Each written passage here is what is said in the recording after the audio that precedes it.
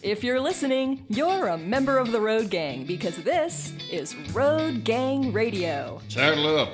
We're wasting sun. It's Jimmy Mack. It's Lindsay Lawler. It's New Orleans. It's Nashville. A show about making a living. A show about making a life. It's the biggest... Is that a fat joke? ...and the best collection of voices in trucking, transportation, and travel. Not only in this world, but beyond. We're looking at you, Zebulon 5. Let's turn this sucker over. I think that's your cue, Phone Master Dre. It is not Phone Master Dre's cue. He has set me up for success. We are wrapping it up over here in the Crescent City at the Fastport Studios. He had to get an hour later start as the Gremlins from the Kremlin and the Friends of Hugo Chavez. Couldn't think of a better way to start the show, though, than with Tech Talk with TMC. Robert Braswell joins us this morning. Hey, guys, thanks for your patience as we begin to get to the last couple of weeks of, well, RadioNemo.com. We just wanted to kind of say good morning and that we're going to do things right, so we took the extra hour to get ourselves set up for success and to make sure Robert would be here. Good morning to you. Couldn't ask for a better way to start, sir. Well, thanks, Jimmy Mack. Appreciate all the efforts, not only for this week, but all the weeks that TMC has been partnering with RadioNemo and its predecessor organization. And I just wanted to say before we get started, it's been a great ride, and I look forward to maybe doing something with you guys in the future. It should be a lot of fun. And Robert, I can't thank you so much. The professionalism of the first, the beginning of this particular venture, whatever it turns into, was due to your friendship, your commitment to the segment, and continued excellence. I'm going to hand it over to you and let you enjoy the penultimate Tech Talk. My friend, take it away. Penultimate it is. Well, today we're going to be talking about some new recommended practices that are coming out of the Technology and Maintenance Council. These are going to be associated with the Advanced Driver Assistance Systems effort we call Techcelerate Now. And joining us on the program is TMC Technical Director Jack Legler, who's going to give us the lowdown on all of these new developments.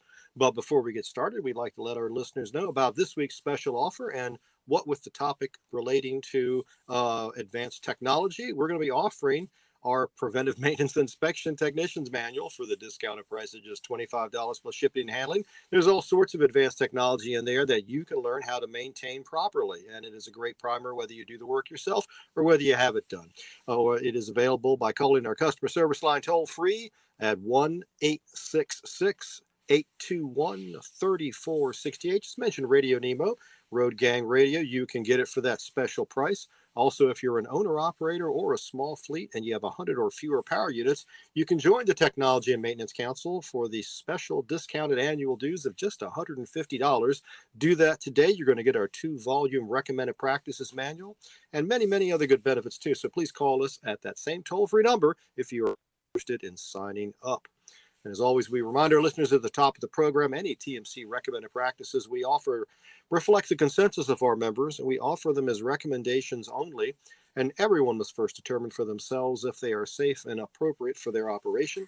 Please remember that TMC doesn't endorse any product, person, or service, and the opinions expressed on the show today are those of the individual and not necessarily the opinion of his or her company, nor TMC, unless stated otherwise. And with all that out of the way, please welcome to the show Jack Legler. Good morning, Jack. Oh, good morning, Robert, and good morning, Jimmy. It's always great to be here.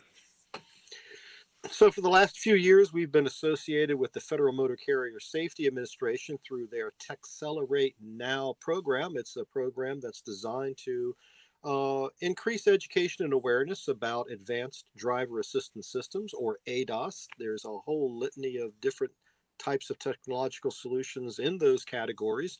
And we've kind of broken them into tiers. A lot of the tiers you may already recognize because they're kind of almost ubiquitous now in the industry. We have, automatic emergency braking. We've got lane keep assist. We've got those kinds of technologies that are out there. Forward collision warning has been around for quite some time. And there's ever more being added to the list as sensors become more capable, and as they become more available and more inexpensively available, relatively speaking, the technology started to blossom.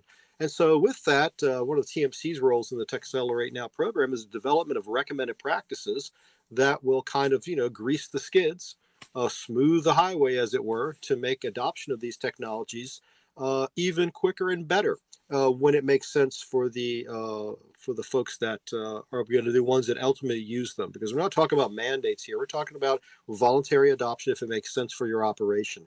What do you think, Jack? What's been like doing some of the recommended practices that have been supporting the TCN effort? Yeah, we put out a number of practices. We started out with the basics, actually defining what ADAS terminology meant in the trucking applications. We started that RPF. It was our first one we produced. The second one, then we addressed technician training for ADAS. How do technicians need to be troubleshooting ADAS systems? How can they recognize when they see defects developing? How do they interpret error codes, and obviously, how do they help drivers learn the systems? That was how we addressed technicians. Now, at this next round, in the second phase of TCN2, Federal Motor Carrier asked us to look at the overall program, both all the training modules we put out, as well as produce 3 very specific new recommended practices under this activity. The first one was dealt with driver training for ADAS. The second dealt with what the heck is going on in the cab. How does things that happen in the cab, not just the haptics, warnings, bells, whistles, lights, and et cetera, but what else is in the cab that affects ADAS systems as it relates to interfacing with the driver? And the third part was how do we interpret the data that's coming out of these systems? I mean, obviously, all of these are computerized. All of them generate massive amounts of data, error codes, and how do you of course, follow the path of the data to where it can help you both implement and maintain your systems. Let's start with RP 1802 because that deals with optimization of driver training for ADAS. And, one of the things that we realize, ADAS has been around now for 10, 12 years in one form or another. And with that, you have, no real standardization in terms of how ADAS is rolled out into the industry. It's kind of evolved kind of naturally, what we call organically in its development. And that means you have different generations of ADAS out there at the same time, and often they're existing within the same fleet in different generations. And that can pose some problems when it comes to driver acceptance, driver training, driver interaction with the systems. Now, it's important to say right up front that ADAS complements your safe driving practices. We always say here that no commercial vehicle safety technology is going to replace a skilled, alert driver exercising safe driving techniques and proactive, comprehensive driver training. But be that as it may, it's important to make sure that you are trained on the technology, even if you don't choose to use it, so you know what happens in case it doesn't interact with you. Let's talk a little bit about the different generations and how that complicates training and what we can do about it. Well, that's right, Robert. Actually, when you led the show, you talked about all of the new features that are being added on to ADAS. I mean, the early first generation ADASs were lane departure warnings, et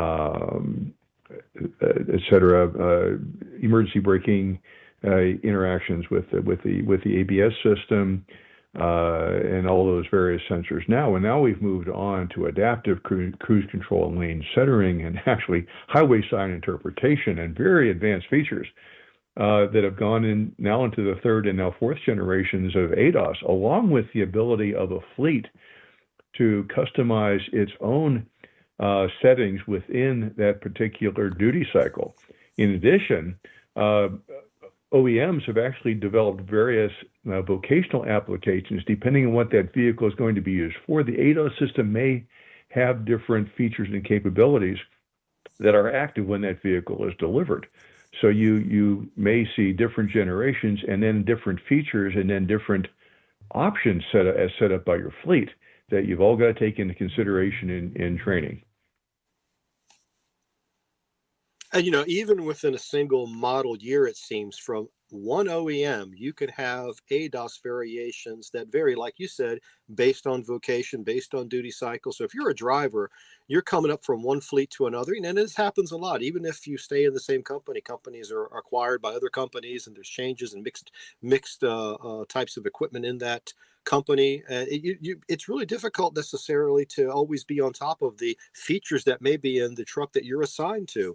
you might experience variations in system performance. Experiences are a little bit varied in how you interact with the technology. I mean, if you're experienced with an earlier version of ADOS, you might have encountered some of these false positives. Some of the little quirks that might happen in the earlier generations, and they may be improved with the newer generation ADOS. But maybe if you haven't seen that yet, you're still maybe a little leery of it, not as receptive to the technology. I think that's why you need a total vehicle approach to training when it comes to ADOS, right? Well, that's exactly correct, and we deal with this actually. It's the parallel of the technician training recommended practice, which is RP 548. Now you're dealing with basically the hierarchy of the ADOS systems, and obviously everything works off the foundation breaks, and on top of that, you start building on your automated systems and stability control systems. Then on top of that, all of your collision safety systems, which are the ADOS, and how you're controlling all of those underlying systems in a coordinated, sensor-driven manner. And then finally, it's the monitoring and correction is where your telematics and your external data and camera systems come into play. And all of that makes the nice pyramid of ADOS moving toward the pinnacle of current technology. But as you said, you may have your brand new 2025 totally tricked out ADOS system truck in for maintenance, and all of a sudden you jump in old reliable that might have a second generation system on that may not have, for example, adaptive cruise control or lane centering, and you've got to, as a driver, need to take that into consideration. Of course, from the training side, you need to make sure that your drivers understand how those different generations and systems work when you're assigning someone to drive a 80,000-pound vehicle. So some of the training essentials, I think, if you're going down this pathway to try to have that total vehicle approach to ADOS training is, first of all, you got to get the right operating manuals. You got to get that information into the hands of the drivers so they know what to expect when they get into the cab for the first time. I think another thing that will help quite a bit is going to the Techcelerate Now website. That's www.techceleratenow.org. And there you'll find some videos, you'll find some brochures that really kind of, acclimate you to the different kinds of technologies as they are right now. There's really some really good resources there. There's also an ROI calculator if you wanted to figure out whether or not these systems are right for your particular operation. You can plug in some numbers. It doesn't capture your information, so you don't have to worry about Big Brother or anything like that. But you can kind of get an idea if this is going to make sense for you, depending on the different technologies that are available.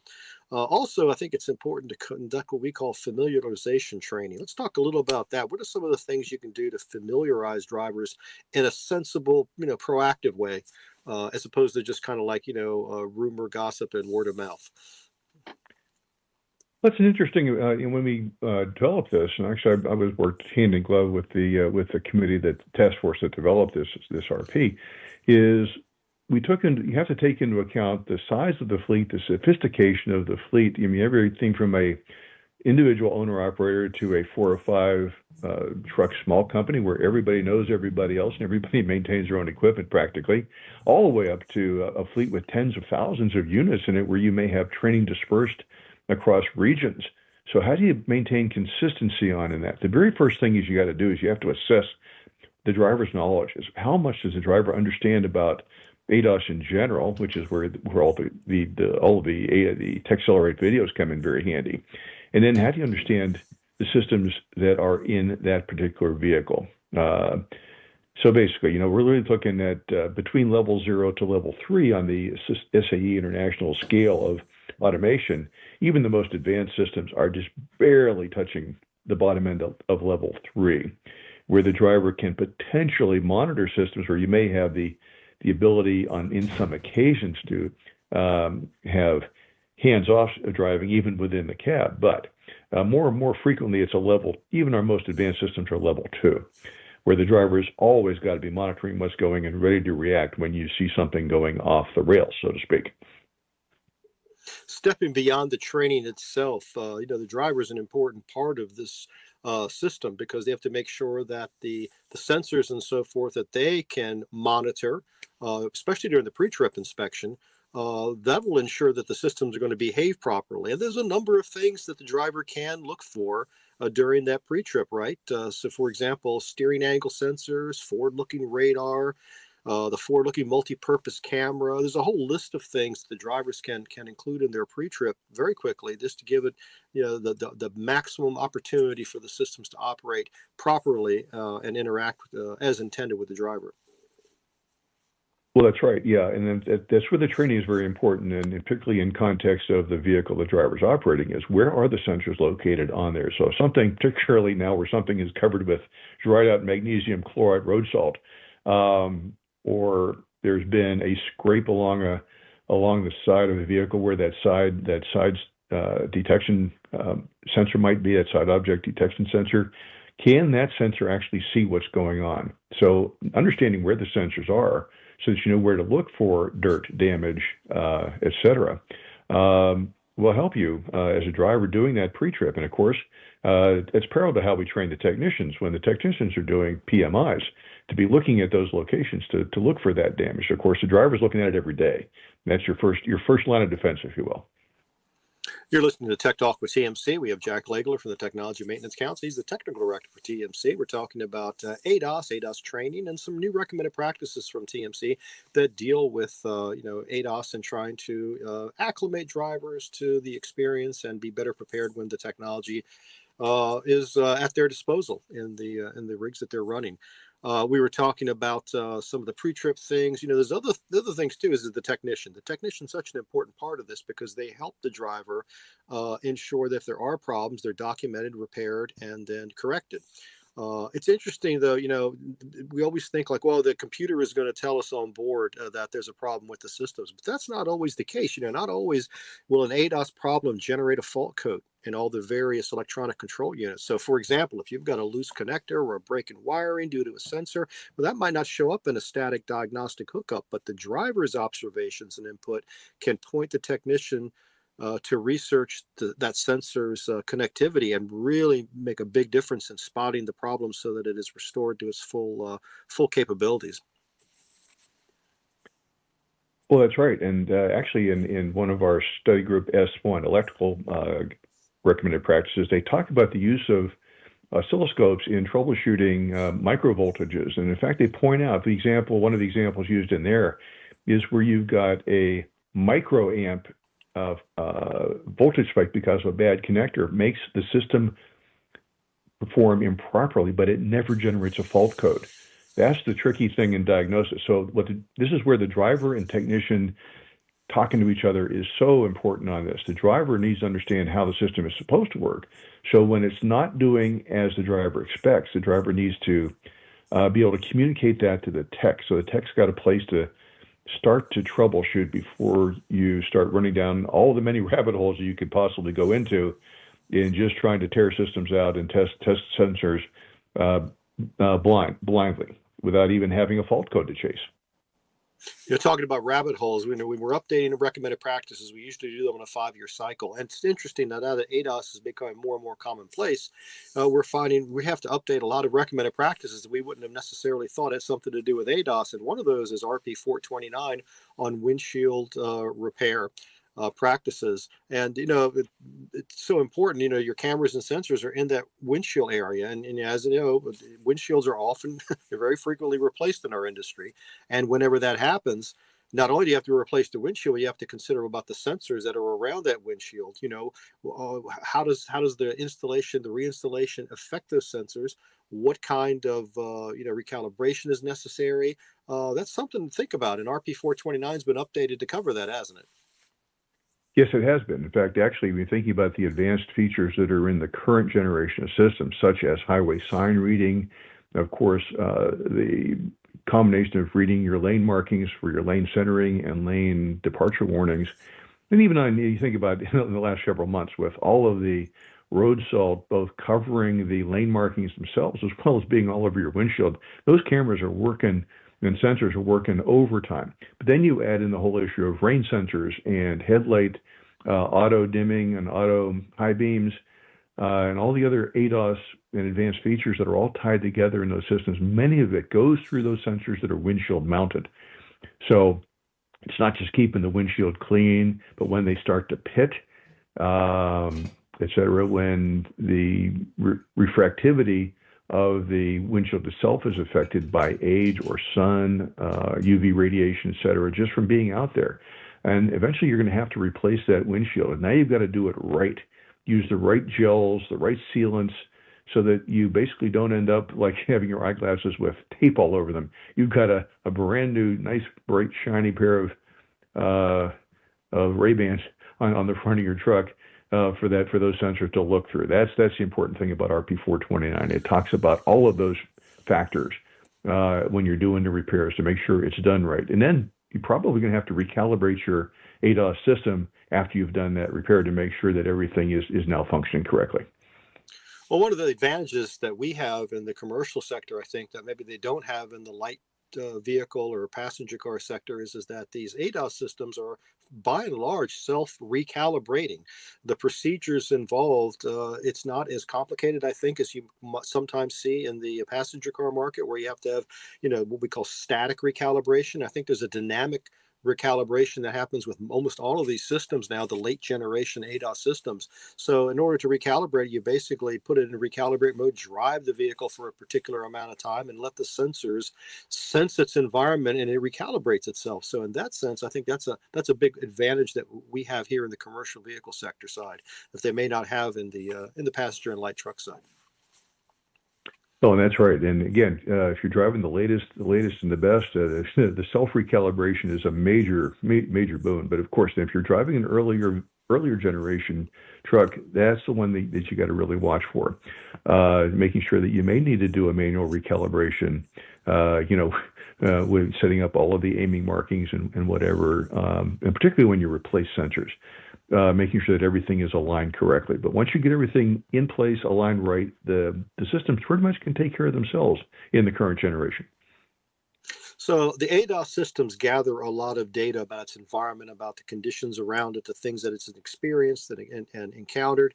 That data can be very, very useful for ensuring proper performance, for feedback to driver training. But that data has to make sense. And one of the things that we've done is develop a new recommended practice called RP1232, data analysis for optimum function in advanced driver assistance systems. Let's talk a little bit about why that's important and what the new RP is trying to give the industry a heads up on.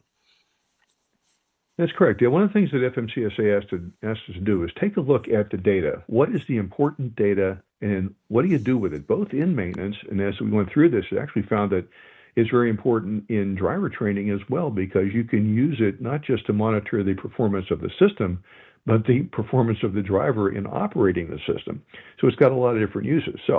But there's different levels of data availability. For example, your road-facing cameras and LKA, blind spot intervention, things like that are all very high data availability, high quality data. Then you start getting into some of the things like lane centering, pedestrian avoidance, some of the adaptive cruise control, adaptive headlights, the driver drowsiness detection, where the inside sensors are watching the driver's eyes or the driver's hands on the wheel. You've all dealt with that, I'm sure, in your automobiles with ADAS, where it's always yelling at you, put your hands back on the wheel, dummy. Is all of that data. That's a moderate level. Then you get into areas where there's limited data, and that's just where you're now talking about the traffic sign detection, the 360 visibility systems, electric vehicle warning sounds when you get the EVs that are coming in, but not as prevalent yet. Remote parking, hill descent control, those are very low availability data things because they're not ubiquitous and they're not necessarily consistent across all vehicle applications. So those are, you're going to have to take much more of a finding the needle in a haystack kind of approach to them. But all of those will generate a data event record between the ABS and electronic stability control systems, the ADAS systems itself, and then, of course, all of the engine systems that are feeding into the telematic devices will generate data streams that go into your fleet management systems through your telematic service provider, most likely. And then you got to figure out how that fits your workflow, both your maintenance as well as your training and coaching of your drivers. So it's the outputs of that. Now, it kind of makes there's a nice flow chart in the RP that shows that in various examples of the example event data records of what value it is and then what you can do with it. And those are all in the RP. Fleet managers often say, analyzing telematic data is like drinking from a fire hose. Well, with ADAS systems, they're sending messages along the controlled area network from 10 to 100 times a second, even if the ADAS isn't in an active warning or braking event. So that high frequency makes it impractical to send data in real time through cellular networks. And so fleets, they set specific triggers that activate ADAS, and then they send that relevant data in the event record like you were talking about, that shows the data from a set time before and after the trigger. Right now, there is no standardization necessarily in what constitutes a significant level of alert or warning for the system to capture and save that, because you're going to get a lot of data that the system captures that you're not going to necessarily want to keep. But there is some that you do, obviously, for safety and for damage reasons and so forth. And it would be really good to have some sort of a standard amongst all the different manufacturers of the technology, so that these triggers kind of a code like in VMRS, so that we all can kind of speak the same language when it comes to, oh yeah, this is what happened on the vehicle. Boom, code XYZ. This tells me we should bank this information. Do you see that maybe happening in the next year or two? I did. There's a lot of talk about that, particularly in some of our more advanced study group S12, which is onboard data systems, about how we really get to the true world of prognostic maintenance, where all of the streams are consistent, the data is interchanged consistently, and therefore your telematic service providers and back office systems can handle that data without having to do a lot of manipulation. I think one of the things we came into in the driver training, I think, fits with maintenance as well. The benefits of benchmarking, where you're basically benchmarking against the specifications in the system itself, benchmarking against your best performance, then benchmarking against your worst performance, and then benchmarking for the drivers especially against your own individual performance. Is what am I doing better or worse than I did a year ago, for example, or even 3 months ago? And that can be both PMI, preventive maintenance, as well as driver training. And all of that comes out of the telematics data. It'll give you the reasons to do those interventions both ways. And our benchmark here on Tech Talk with TMC is the clock. And when we get to 30, it's time to say bye. So show 1027 is getting ready to come to a close. But I'd like to thank you, Jack Legler, for joining us on the program. It's been great having you on the series all these years, and look forward to having you back on a program in some form or fashion going forward. We got one more show, and we were looking forward to joining you, Jimmy Mack, for one more time in the New Orleans studios there. We will be talking to you next week. I cannot wait, Robert. Thank you so much. And Jack, I wanted to stick you around to say thank you to you as well. Jack, have a safe time out there, and we will talk soon. Okay, my friend? Oh, you're welcome. And come to Nashville a month from now. We're going to be doing a big session on ADAS. Oh, we are so knee deep in the weeds around here, but we really appreciate you, brother. Thank you, Robert. I'm going to let you kind of shuffle off this radio coil. Interesting times with me actually producing. Dre set us up for success. Dre is not AWOL. He just had to set me up for success. Robert, thank you for another great segment. And good get having Jack as one of the last folks around here, too. Thank you, sir.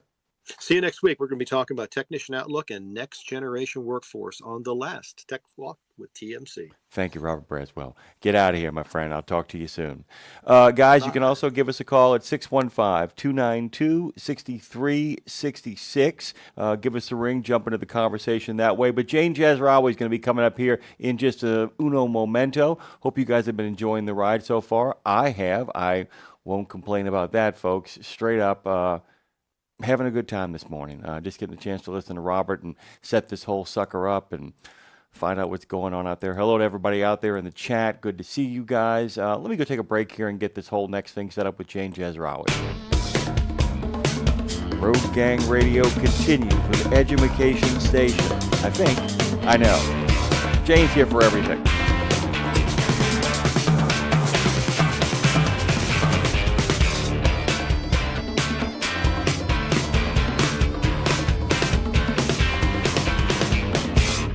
It's one simple act. One simple act. that helps Wreaths Across America fulfill its mission to remember, Honor. And teach. Sponsoring a wreath. One more wreath. Means one more adoring father, one more loving mother, one more heroic son, One more brave daughter. One more beloved family member. one more dearly missed friend, One more American. one more wreath upon the gravestone of someone who served the cause of freedom, Honored for their sacrifice. never forgotten, Always remembered. through one One Simple simple act. one simple act. Go to wreathsacrossamerica.org/RadioNemo and keep the mission moving forward. At Radio Nemo, we believe in finding your tribe, your people, your gang. But you can't find your gang unless you find yourself, and you can't find yourself unless you write, right? Lindsay Lawler's We Should Write is a podcast about the healing power of writing. It dives deep with creatives of all types to discover how putting a pen to paper helps them work their stuff out, and maybe gives you the permission slip to do the same thing. We Should Write, live at noon in the center every Wednesday, and then everywhere you get your podcast. Go to RadioNemo.com and learn how to write yourself to healing, creativity, and clarity. Right? In a video game, if you get enough experience, you level up. And when you level up, you gain more skill. And with enough skill, you beat the boss and win the game. Sounds a lot like trucking, doesn't it? Except in trucking, you don't beat the boss, you become the boss. And if you want to be the boss, you gotta meet the boss. And that boss? Carrier's Edge boss, Jane Jazrawi. Want your drivers to level up? Carrier's Edge has the training, comprehensive safety, compliance, and best practices on one website. It's a simple subscription with no contract and no commitment. Learn more. Try it out. Level up. CarriersEdge.com. Hey, come on! We're starting the game! All right, I'm coming. Wait for me. CarriersEdge.com. Exceptional value and exceptional values. That's Bennett Trucking. A core commitment of faith, family, and freedom has driven Bennett to being the leading provider of innovative, integrated transportation solutions, both at home and abroad. Bennett's values are not just compatible with providing high-paying jobs and unmatched customer service. They're inseparable. If you're looking for an employer or a partner who believes the best business model is being a model citizen, then Bennett Trucking is the place for you. Go to BennettIG.com and find the folks who share your values.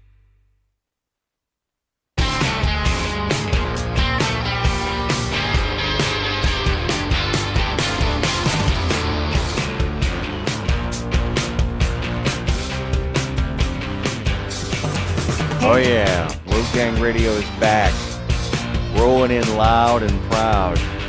And by the way, guess what? Jane Jazrawi is here. Good morning to you. How you doing?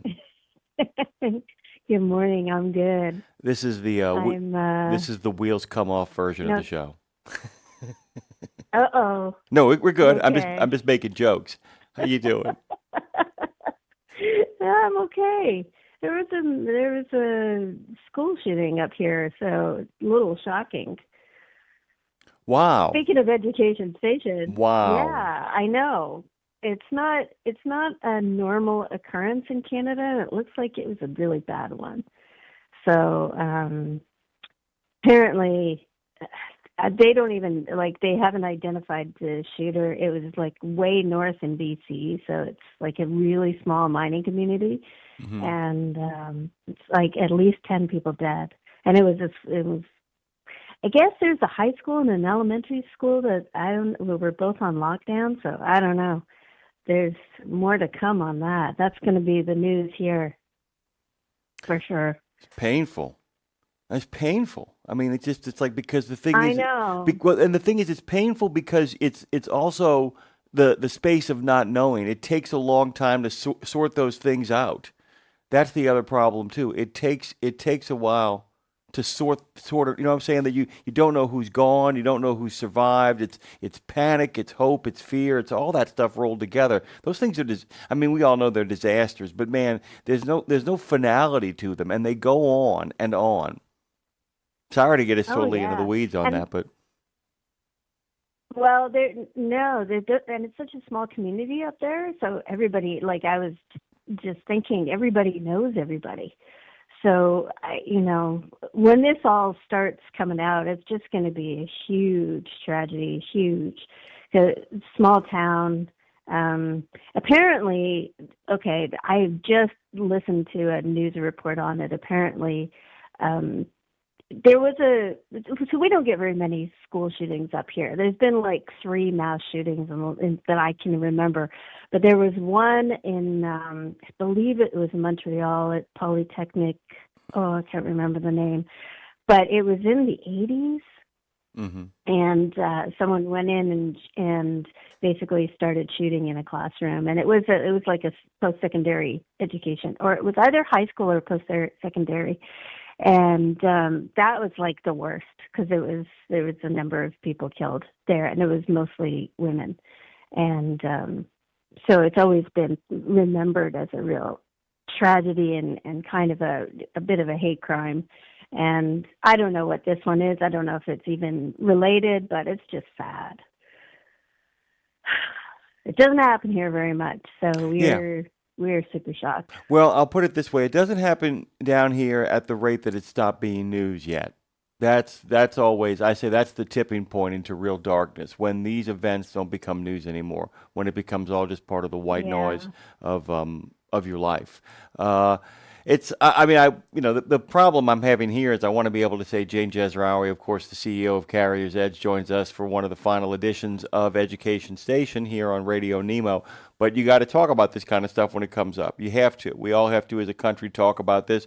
And as a continent, as friends, be able to have these conversations. It's really it's an important one. But other than that, how you doing? Well, it was kind of shocking because it just happened. Like, I just saw it, so it's like really fresh. But other than that, I'm doing pretty well. So I'm a little bit sad to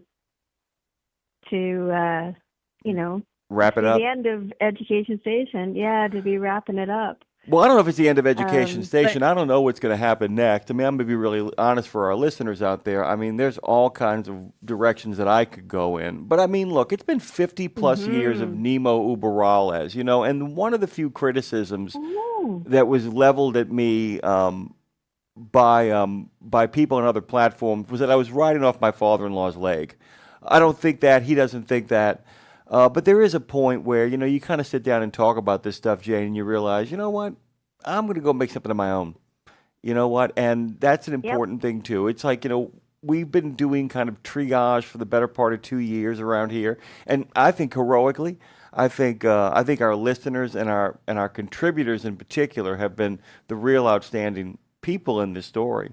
But there's just a point where, that's the other thing too, is that'd be a hell of a conversation. When do you know it's time to go? When do you know it's time to change professions?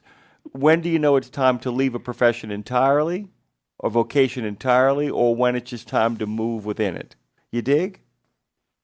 What do you think? Oh, I dig. Having had a couple of those, I did that when I was younger, and I stopped teaching. Like, I stopped being a teacher and that was part of it. It was just, I'm not happy doing this. It's not working.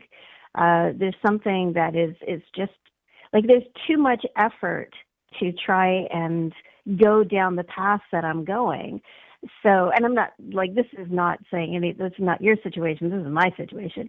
And I thought, okay, well, what else? What else is there?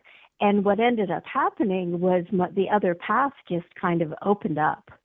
And that kind of the path that I've stayed on since, which is technology. I went from being a middle school teacher. I was teaching grades 7th and 8th grade, and grades 7 and 8 over here. And I decided that I was going to just try and find something. And in the early 90s, I went and started working for a software company before it was a cool thing to do, before people were doing that. I was working for a company that made communication software so that people could talk to each other over the internet, kind of like Facebook. And it was a really, really dinosaur form of Facebook. And it was email, but you could also, send messages to folders. And that was like this great thing. And you could do a private chat on it. And it was like, I found it really cool. But I was the receptionist for this company. I started as the receptionist. And I really enjoyed the technology, so I learned about it, and I ended up becoming a trainer. And after that, realizing that you could do online versions, like sort of you could do, you didn't have to teach, you could just create the content. And that was right up my alley, totally up my alley, because I'm also an artist in there. Somewhere in there is a frustrated artist that never got to do anything, but I do a lot of, there's a lot of creativity that goes into the work that I do now with the courses that I work on. Let me tell you something else too about frustrated artists, and this is something, as you and I talking as friends, but a lot of our listeners out there who some of whom I consider actual genuine friends, and I like all of these folks as they chatted up over there at over on YouTube. The thing about being a frustrated artist, I tell people all the time, is you better figure out a way to get that out, and you better figure out whether you want to make a living as an artist or whether you want to make a joyful hobby as an artist. But once you figure that particular thing out, and this is important, you need to figure out the limits of it and take it to its absolute final end, because if you don't, you end up toxic. I'm not kidding. I mean, if there is anything worse than watching somebody walk around, I mean, I know people that can't go to movies anymore because they wanted to be actors so bad, and they just can't. They can't bear watching it. The people I know that will not go to museums. I know people that won't go to museums because they can't stretch the canvas at their own house to start painting. And I tell people all the time, figure out your stuff, man. Figure it out, and because the thing is what I think happens, Jane, with a lot of people is they don't take a proper shot. I think that what haunts most people is not that they're not good, is that they never figure it out, if that makes any sense. Is that they never take a full shot. Yeah. They feel like they never got into the game. They never got a chance to show people what they can do. And that haunts them. It's interesting because you can find a way to do it through so many different avenues, because I am not, I create a lot of things. I mean, the courses started and ended with me, or they will end with me, but I started these courses and creating this library of driver training that, is like, I don't think there's anything like it out there. We have training for all different types of vehicles. We have training for things that people weren't doing training on, like cybersecurity for drivers. That was something that we had before, nobody had it, because nobody thought drivers for some reason needed cybersecurity training. But what I'm doing is with my team is now I get to do, you all right? I get to work with other creative people, with other graphic artists, and solve problems. So I can solve problems visually. I can solve problems with products and things like that. And that has really been a really good creative outlet for me, because I'm making something. And one of the things that I've always been like, I need to make something. I don't care what it is. Maybe I'm baking or maybe I'm drawing, but I have to make it. Do you ever feel like you just have to make something? It's a good feeling, by the way. It's a good feeling once you get it going. But if you don't, that's exactly what I was referring to earlier. Yeah, actually doing it. Yeah, if you're not doing it, that's when the toxic nonsense starts. That's when all kinds of mischief gets got up to. And it's why I tell a lot of the guys out there on the road, it's why Lindsay spent the better part of 3 years telling people desperately, go write, go paint. Mm-hmm. Go work out. Go take the walk. Go daydream. I mean, how do we build that into a trucking culture? How do we build that into this transportation sector? Because they used to have this kind of stuff. They used to have poetry contests and all that. How do we do that, Jane? I think we just talk about it. One of the things I remember from a long time ago from Best Fleets was that there was a gentleman who would knit, and there was this kind of knitting club that everybody there was a number of people who were part of, and that was that's kind of how they spent their time outside of driving, and when they were stuck at a truck stop or something like that, is they were knitting. And that is a creative process as well. You're making something. There's tons of people who make music on the road. And I think that is, part of where Lindsay's coming from is, make more music. Yeah. Just make something. Achieve flow state. You have. Yeah. I mean, And she what? Sorry? I was just saying you have to achieve flow state, if that makes any sense. The idea that, we're always kind of searching. Athletes call it the zone. Victor Turner calls it the flow state. But at some point, there's got to be a place where, Kevin Lindsay calls it the natural harmonic of your engine. I love that. The idea that there's your truck is working fine when it has a hum that you barely even hear, but you can feel as it moves you down the road. And it's the same thing in regards to helping people kind of discover that, to be in one and flow with the truck. And in order to get that, sometimes we have to make sure that the moments that we're outside of the truck, we're actually establishing our own natural harmonic with whatever art it is we want to create. And we ain't saying it's got to be good. That's the other thing, too. Making bad art is a real joyful thing. I'm not kidding. I'm telling you, make bad art, guys. Well, you have to do it badly before you get to something you like. You have to experiment. You have to, throw something on a canvas or on a page or on a screen, or, pick up a guitar and try and make it sound like you want it to sound. Often people have something in their heads and just their bodies won't cooperate because there isn't enough practice. And so, the first things you do are going to be garbage, and that's fine, but it's the process of doing it because, that zone, when you get into that zone and things are working and you don't even know why, you're just like, okay, I'm going to do this until it stops because, I can't, this is really working and I like what's happening. And that is a really great feeling that, where you're not worrying about things, you're just creating.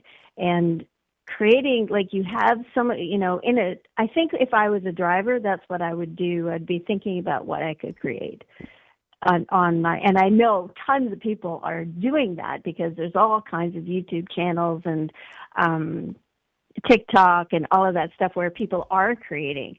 But it's not just about creating videos. It's also about creating music, about creating, two-dimensional art. And, what you can do with that. And photography. Oh, my God, the photography that comes off the road is just beautiful. Oh, yeah. Oh, I know. And by the way, I want to tell you something. Really, the best shape I've been in since I've been 30 was really, I mean, it's been a couple of points. But the first time I ever got back in shape, I was out of shape for about a decade. And I decided to start walking, then power walking. And then I had this crazy thing, Jane, where I was doing an hour-long power walk a day, and I did that for 88 straight days. This is fun.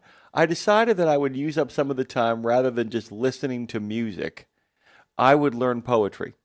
And I would learn poetry, meaning like I would memorize poems. And so on those walks, I would just memorize like The Emperor of Ice Cream or, any poem that I was really interested in. And I memorized like 15 poems that summer. And one of what's that? I was going to say only. You seem to have a memory for. I kept going over them though. Reams. I mean, that's what I was doing. I was playing with them. I wasn't just like remembering them and then throw them in a dumpster. I was like I'd spend like a week period like going through the poem and like thinking about it and talking as I would walk it through. And I wonder about that with drivers, and I wonder about that with the people who work. Because there are people who work in this industry who have to be completely focused and completely there. There are some hazmat jobs in the Permian Basin where you're like, yeah, don't be reciting The Emperor of Ice Cream unless you mean to meet him. But you do get the idea, though, that there are ways of keeping your mind sharp and keeping yourself in a good lifestyle flow space by using the time and making a friend of boredom. And I don't know how we teach that. I think boredom is. Yeah, people don't want to be bored anymore. Boredom is where things happen. Your brain makes connections and something just happens, but it's not, you're never doing that when you're busy and when you're stimulated. It happens when you're in the shower. It happens on that downtime that is getting it's so less and less frequent. And, driving is a great great place to do it, because driving is often where you kind of zone out, like you're not supposed to, but you do. Your brain does zone out. Or you can be paying attention and still not be thinking about anything at the same time. And it's, those moments can really be helpful. Boredom can be very helpful in the creative process. And I, as I listen to more and more podcasts and things like that, I find that I don't quite have that same amount of boredom. And what I end up doing is I just kind of sit. I have the luxury of being able to be in a beautiful place, but I kind of looking for those periods of boredom just to settle my brain. Well, and the other thing is, you said, you have the luck of living in a beautiful place. I would challenge most people that wherever they live, and especially people out there on the road, truck drivers, most people are a good 10, 15 minutes from someplace beautiful. Most people on this continent. Oh yeah. Most people. I mean, there's some people who live in, I guess, industrial areas, with, where somebody dropped a bomb in the next neighborhood. I don't know, but I'm always kind of amazed. Like literally, less than 10 blocks from my mom and dad's house is the Bucktown Marsh, one of the most beautiful lakefront walks, and it's publicly available. It's not somebody else's property. You have to make your way across, just miles and miles of lakefront that you can just walk on. And I think that's the other thing too, that we don't teach people how to wander. Now, maybe we shouldn't. I mean, maybe wandering is something you should pick up as a skill set on your own. But you know what it is? We don't give people permission, I guess, is a better way of putting this, Jane. And I guess in many ways, maybe this is the permission version of Education Station, right? That we have to figure out ways to give people permission to let their brains wander. Because I think if you make a friend of boredom, like you're talking about, you actually cut back in your accidents. I think it's when you hold on too tight. I realize distracted driving also means like not paying attention, but there's a certain level of keeping your peripherals open on the flip side of that. Am I making sense? Well, you are to me. I just hope that whoever's listening is not thinking, oh my God, you're so distracted when you're driving. No, and the Paranormal Pie Man says, I found that when I'm sitting idle, bad thoughts occur. That's okay, Paranormal Pie Man. John Waters always used to say, it's okay to have the bad thoughts. It's okay to write about them. It's not okay to do them. So when you have the bad thoughts, write about them. Don't do them. That's all I'm saying. I completely understand that, because I currently am having a lot of trouble sleeping because I keep waking up and like horrendous thoughts. And so what I'm finding is that I have to listen to something to keep me asleep and not wake up like they'll jump up and, with anxiety kind of thing. So I just found that listening to, and it's got to be something boring, like really boring. It can't be anything I'm interested in or I'm going to stay awake. But brown noise has been helpful.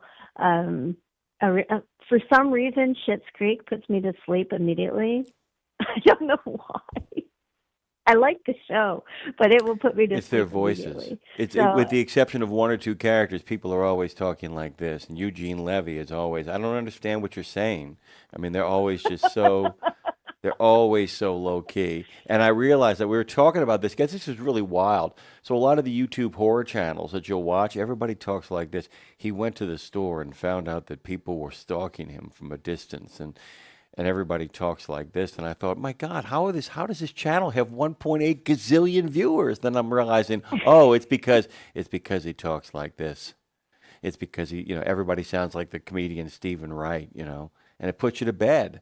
Oh, it's God, yeah. See, the thing is the fact that if I did an evening show, I'm not kidding, Jane. Let's just say that on Fridays, I did a show from 6 o'clock in the evening to 10 o'clock in the evening, or from 7 to 11. Let's just say I did that. I'm not saying I'm going to do that. I would tell you this right now, my friend. Whereas in the morning, I talk like this, and I don't mean that I talk different. I promise you I would drop my tone in the evening, because it's a different mindset. That's the other thing, too, is the fact that it's like you can't put people to sleep. If I'm talking like this, we talk in morning voices on this show. We do. We don't mean to, but we're keeping our friends awake. They're just getting up. I mean, like if you're winding up for the night, the one thing you don't want to listen to is me and you, the Yakensteins. That's our new name, by the way. We're Jane and Jimmy Yakenstein. The Yakensteins. The YouTube Yakensteins. Have you met the Yakensteins, Jane and Jimmy? You know, they're good people. They yak a little too much. I'm just saying. All right. And you know what? I had to look up The Emperor of Ice Cream because I was like, I know that poem. And hey, I don't know why, because I'm not a huge poetry fan, but I was like, wait a minute, I must have done that in my poetry class. Hey, you ready for this? Second year university. Call the roller of big cigars, the muscular one, and bid him whip in kitchen cups of concupiscent curds. Love that poem. Good poem. Good time. Yeah, it is. The only well, emperor. The title. The title's good. Well, yeah, and especially when you figure out what it's about. Oh man, it gives you the creeps. Gives you the creeps when you realize it's really marvelous. Good poem. Learn some poetry, guys. That's what Jane and I want you to take away from Education Station. Learn some poetry. That'd be really great, wouldn't it, to have a poetry reciting contest for truckers? It would be interesting to see what the choices would be. That's so. What I'm always interested in. That's what I mean. Is the choices. Yeah. Yeah, like the Emperor of Ice Cream is actually kind of cool. And like I do, there are some, especially if I write an essay about it. When I was doing poetry class, the only ones that I really liked were the ones that I had to think about really hard about what they meant. And those are the ones that I had to write essays about. So I have a love-hate relationship with it. I really do. But I like it when it's performed. It's very interesting when it's performed. You want to hear something really cool? God rest his soul, you know, Julian Sands, the actor, right? You know, the actor Julian Sands. I actually went to a show, met him, got a chance to hang out and have a good time with him. Met him, Julian Sands, did the poetry of Harold Pinter. It was one of the most fun, the most rousing, enjoyable evenings I've ever had. You'd be amazed. I tell people all the time, go memorize some poetry, get up there and just do a show. Just do some really good poetry. And learn a little bit about the history of the poet, and then get up there and talk a little bit about it. That's a great way to kind of become a performer. If people ever want to, by the way, it's Marshall points out that he heard the cigar, so it must be about you. I don't know, Marshall. Do you want to be Death? That's who the Emperor of Ice Cream is. Maybe he wants to be Death. I mean, the line before the poem ends, by the way, Jane, is "Let be finale of seem. The only emperor is the Emperor of Ice Cream." I love that. Let be finale of seem. So good, so good.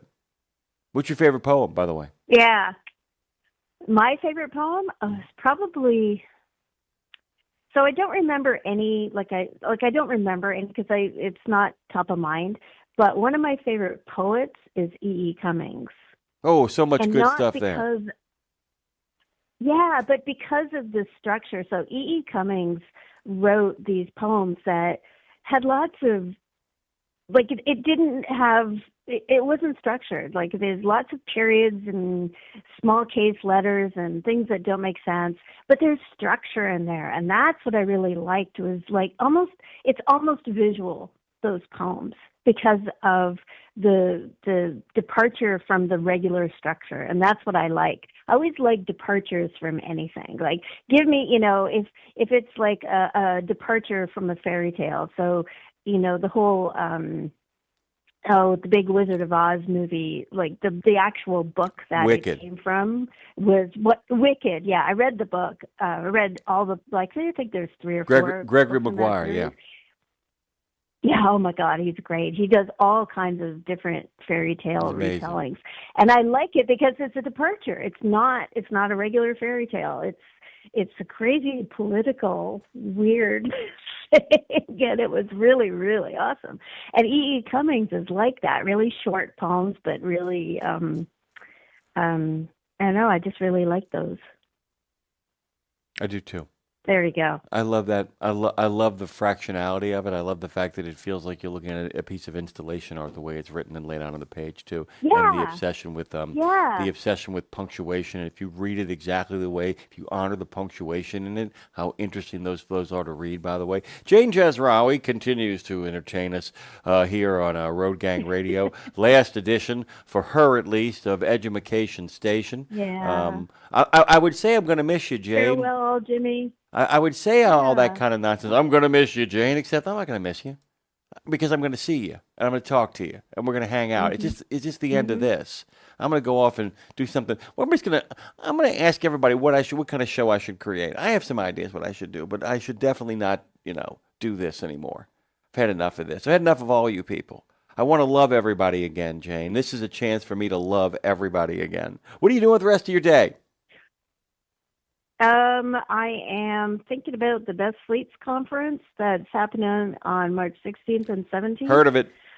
So I have to think about that. You heard of that? Heard of it. So I'm doing that, and I'm also choosing photographs for a course. We're working on a course on extreme heat, and I'm looking at pictures. So this is sometimes how I spend my days, looking at photos. Hey, by the way, every Tuesday for Warren Buffett, as we well know, he goes in his office, closes the door, and just gets to reading. It's okay. I know.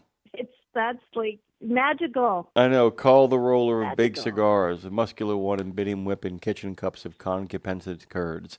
Let the wenches dawdle in such dresses as they are used to wear. Let the boys. I could go on for a while, but the show's got to end at some point, although I never want Jane to leave. Thank you, Jane. I love you. And as the good Reverend says, Jimmy. There's nothing you can do about it. Get out. I'm going to hang up on you because there's one person running the show today. Bye. Okay. All right. Bye. I hang up on people around here. 615-292-6366 is the number that you should get out there and call, people. Make that call happen. Make the miracle happen. I'm gone! Fire it up! Let's go someplace. Road Gang Radio is going to continue on the other side of this because I'm puking and talking and keeping you awake. Go to truckdown.com. I'm just going to talk loud. Rock and roll!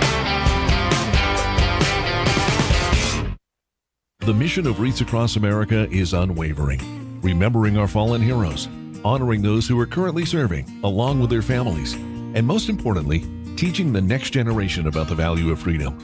And you can join our mission with a $17 donation that sponsors a fresh Maine Balsam Remembrance Wreath.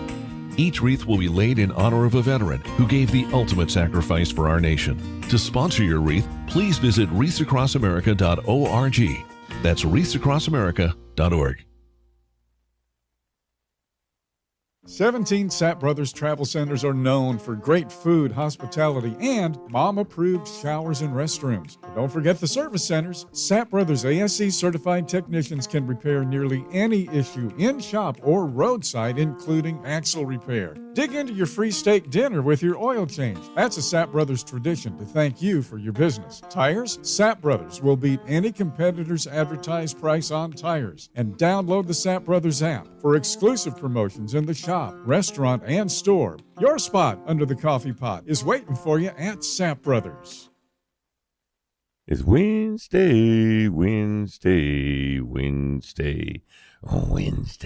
Exceptional value and exceptional values. That's Bennett Trucking. A core commitment of faith, family, and freedom has driven Bennett to being the leading provider of innovative, integrated transportation solutions, both at home and abroad. Bennett's values are not just compatible with providing high-paying jobs and unmatched customer service. They're inseparable. If you're looking for an employer or a partner who believes the best business model is being a model citizen, then Bennett Trucking is the place for you. Go to BennettIG.com and find the folks who share your values.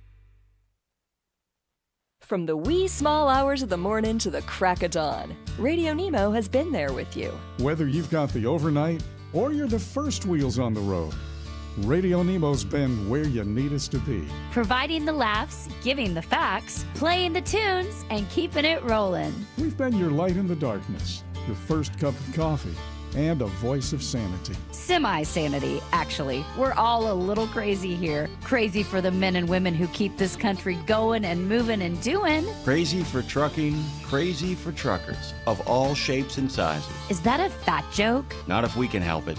Because it isn't just about the rules and regs. It isn't just about the day-to-day. It's about your health, your homes, and your hearts. So we wanted to say thank you. Thank you. Thank you. Thank you from everyone at RadioNemo for sticking with us, standing by us, and keeping the traditions rolling into the future.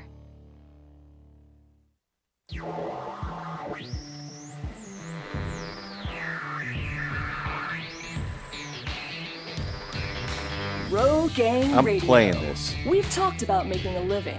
Now let's get a life. It's Jimmy Mack and Lindsay Lawler with the best stories, the ultimate road trip, the concert of a lifetime, and a home when you're not at home.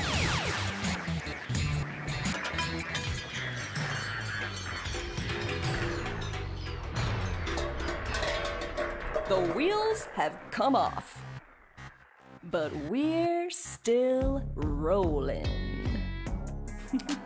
We are still rolling, barely, and, rumbling, bumbling, stumbling, as I like to say. And then this Friday is not the end, but next Friday will be the end of Road Gang Radio, be the end of Nemo Nation, be the end of RadioNemo is what it is. And I got to tell you guys, and you're welcome to ask me questions over on the chat and YouTube. I got some phone calls, guys. Be ready on the phone calls because I'm not going to set you up because it's just me out here. Phone Master Dre had to take care of some stuff today. This has been the idea that he was able to kind of do this with me at all and to set me up for success this morning is I'm incredibly thankful for that. And I also want to give a big shout out to my friend Lindsay, who's making arrangements of their own to kind of set a course for whatever it is they want to do next. And I'm not going to lie to you guys. There's a lot of stuff that I could tell you about and talk to you about, but I am going to say this. If you ever decide to do anything with this, if you ever decide that you're going to have a podcast, any sort of broadcasting thing, anything in the arts, and you're going to work with somebody on it as a business venture, I'm going to say this right now, and I make no apologies for this.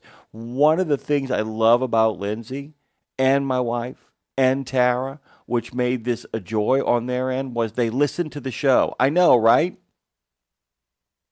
You think I'm kidding, guys. You say to yourself, well, of course they're supposed to listen to the show, right? Lindsay would get up every morning and listen to the first 2 hours religiously, writing them down. He said, well, of course it's her. No, they're people who, you'd be amazed. You'd be amazed. It would take your breath away. Do you know we had salespeople who never listened to the show?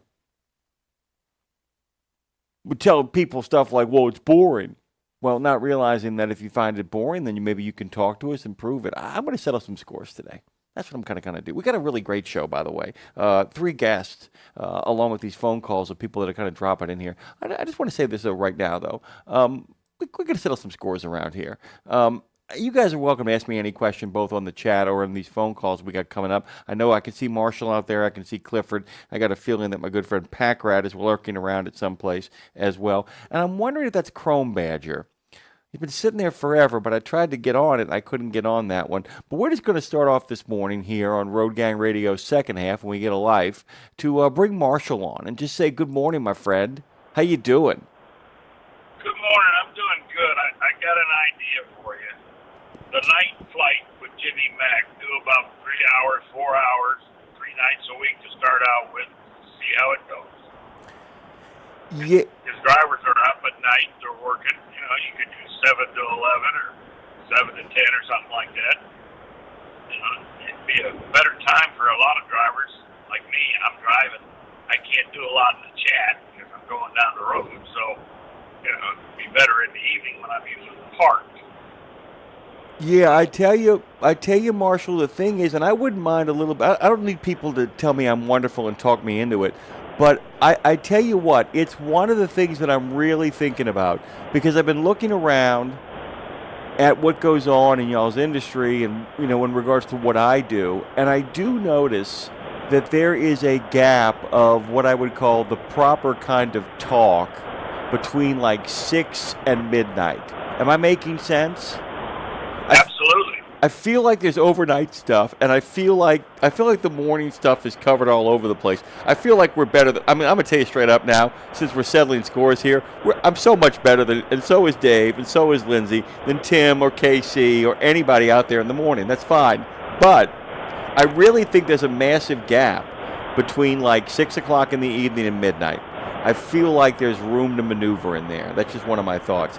Thank you for echoing that. But you're calling about something else. What else is in your head? That was about it. I had my own technical difficulties. I thought you'd gone off the air, but it turned out my Bluetooth disconnected without me knowing it. So yeah, well, when you wrote the thing in the chat, I got to tell you, I started looking at the board, being like, "What did I push wrong? What did I push wrong? What did I push wrong?" But then everybody else said, "Oh no, you lost it," which was fine. Guys, don't ever tell me something's going terribly wrong, because I'll fix it and really make a mistake. Marshall, let me get to these other calls, brother. It's good to hear you. It's a good suggestion, dude. Thank you, man. I'm gonna start a group chat because I don't know how to do this Discord, so I'm just gonna start a group in Facebook, and all of us original Road Gang members can go over there and chat in the mornings if we're fun. Well, I have no problem with that either, brother. I tell you what I'm really looking forward to, though, Marshall, I'm not going to lie, is being able to sleep in my normal circadian rhythm. I can't wait. I just can't wait to get some real sleep. I'm really looking forward to it. Go home and spend some time with your wife. Oh, my God, dude, we're going to go to Copenhagen at the end of the year. We have literally all these plans now, Marshall. I'm so excited. Thank you for reminding me. I love you, man. Take care. All right, brother. Bye. I know I got a pack rat out there someplace, but I'm just going to drop this person in and see who it is. Who's this? What's going on? Good morning, Jimmy Man. Hey, pack rat. How you doing, brother? How you doing? What's going on, dude? I'm okay. Well, man, who am I going to talk football with?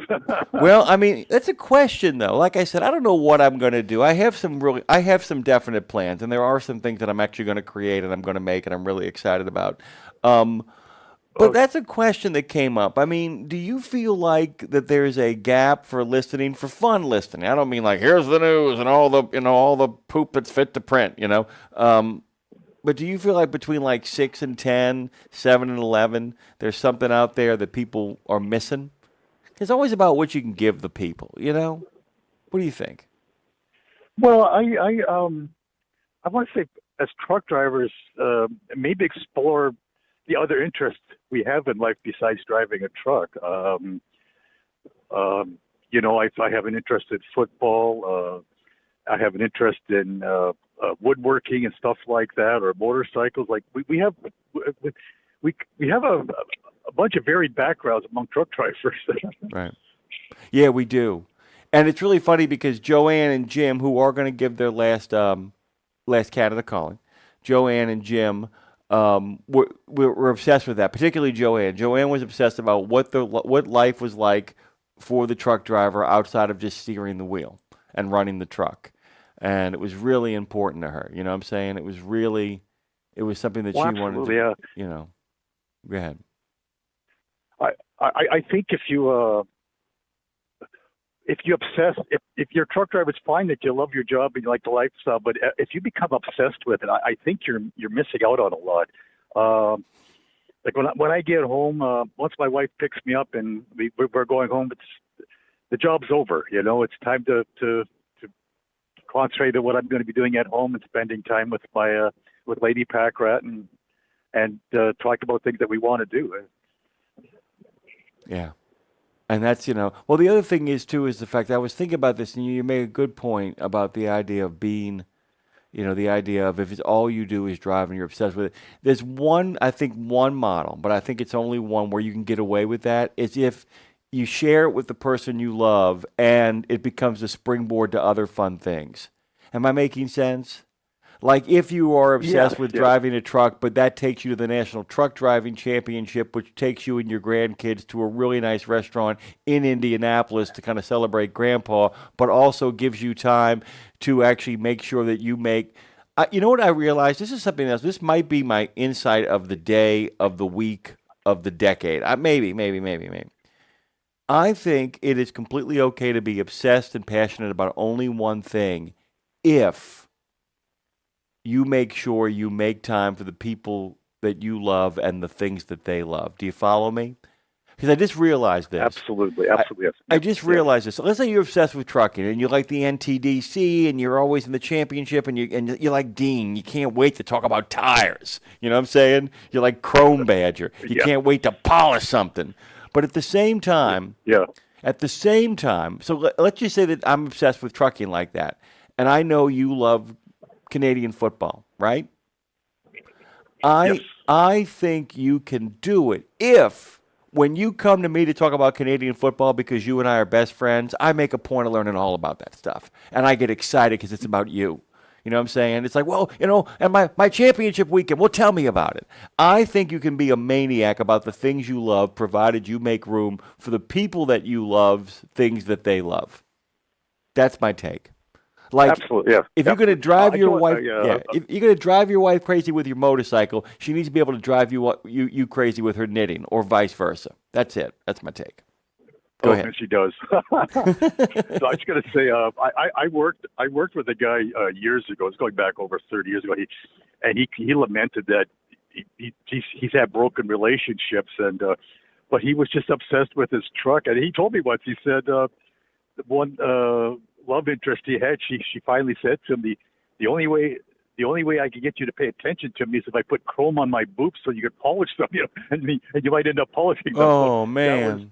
But that was his life, was his truck. That is heartbreaking, dude. Yeah, it is, yeah.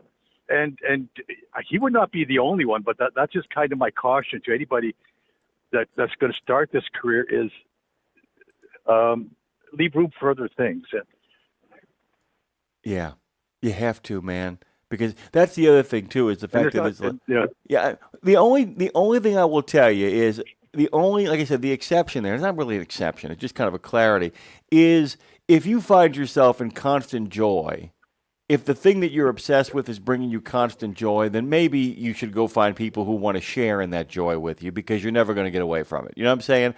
But there's people who are like obsessed with model building, or can't wait to polish them tires, but they're angry about it all the time. my tires aren't what they should be. What are you talking about? You got to get in that groove, man. Come on.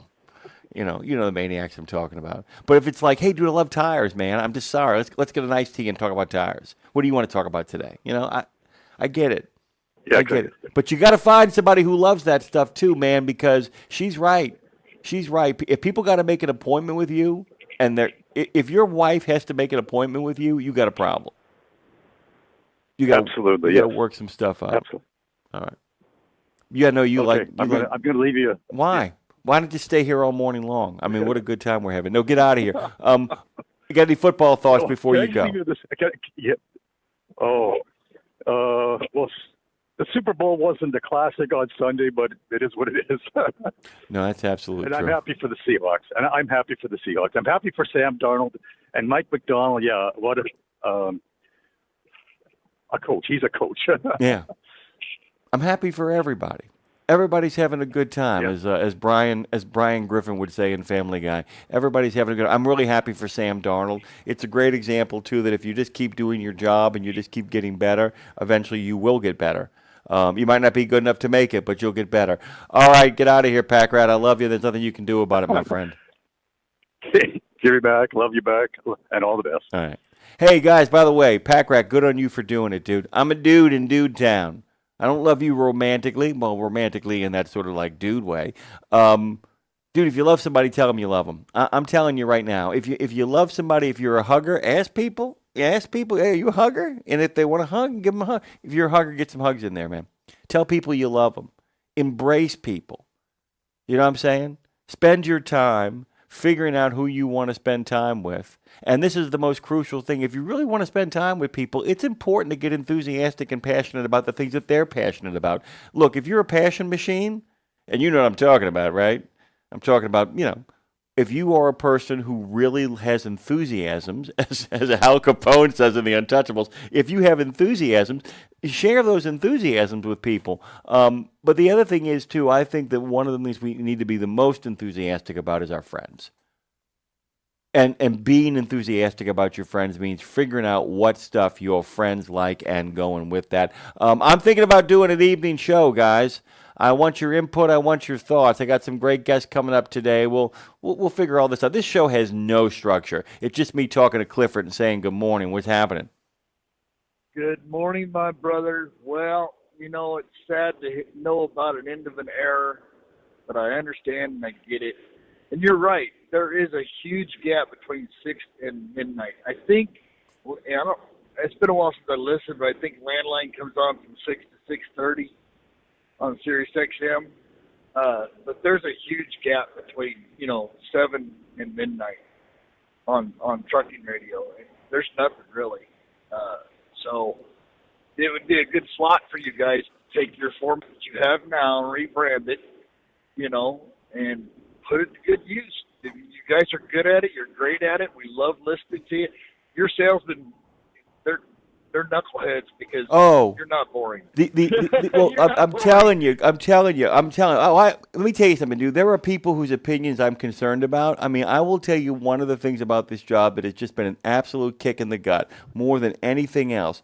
Dude, I have done work that has been praised by some amazing people, and I have done work that has been enjoyed by some really terrific audiences.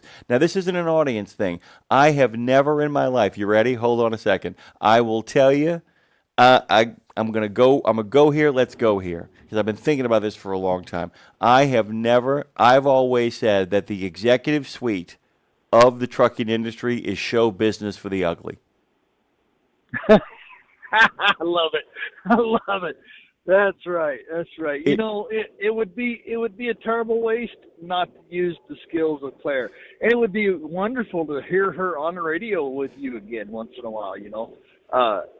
It would be a terrible waste to waste the skills of Andre. I mean, good golly, you and Lindsay have got something really special together. I think you guys could team up with somebody like Mother Trucker on YouTube. He's got a good thing going on YouTube. You could team up with other trucking guys on YouTube, or you could team up with somebody like Landline and do a 7 to midnight thing.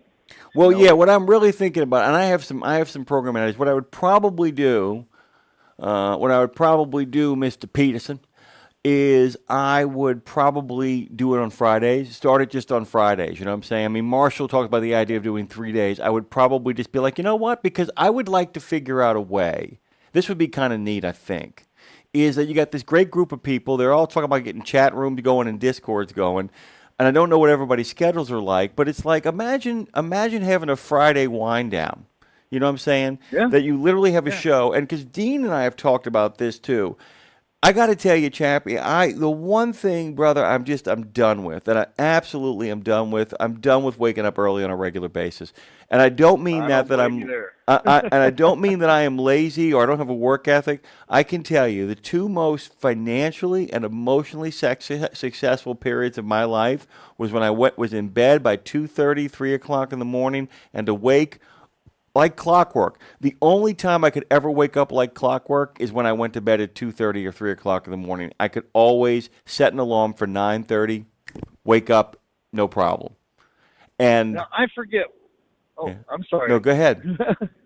I forget. What's your PhD in? History and critical analysis. That's one of the segments you guys do occasionally, and that's awesome. That Civil War stuff you guys did, that was pretty good stuff, and it's using the talents in your education, and that's the key to it. You do something that you love, you use what you're talented at, and eventually you're successful. I mean, it's you just hope. the way it is. Well, I'm going to be really brutal about this. This is brutal. Whew, man, and this is a conversation we all should have at length. I mean, it is just it's something else, dude. You really have to make sure that you create a realistic expectation of what success is. Because I'm going to tell you this right now, the number of people who poison themselves because they never learn to love process and only like results. Where is my fame? Why don't famous people recognize me? Why am I not in the center of attention? Why? And I'm going to say, are you creating good things with people you like? Yeah, well, then you're okay. But it's a hard place to get to. It's a hard place, man. People get toxic. I will tell you right now, can I make really something honest with you? There's a gentleman on Sirius XM who does the late afternoon shows. He is so toxic. He is so there's something broken inside of him. Something deep and hurting inside of him. There is an ache inside of that boy that cannot be healed. It's really sad. Well, and see, here's the thing. I think if you set out to be famous, you won't be.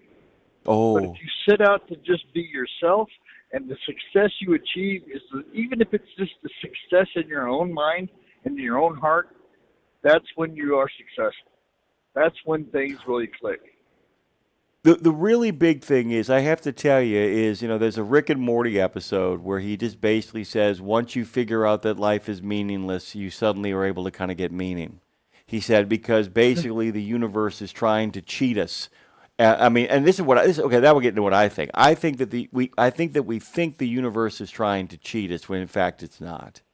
The universe is not. I think we ought to have a more Viktor Frankl outlook on life. How's that? Man, search for meaning. Oh no, I know it. I thought you were going to give me a quote from him. I know who he is. I think in the words of so and so, what? Nothing. Okay, I'm sorry.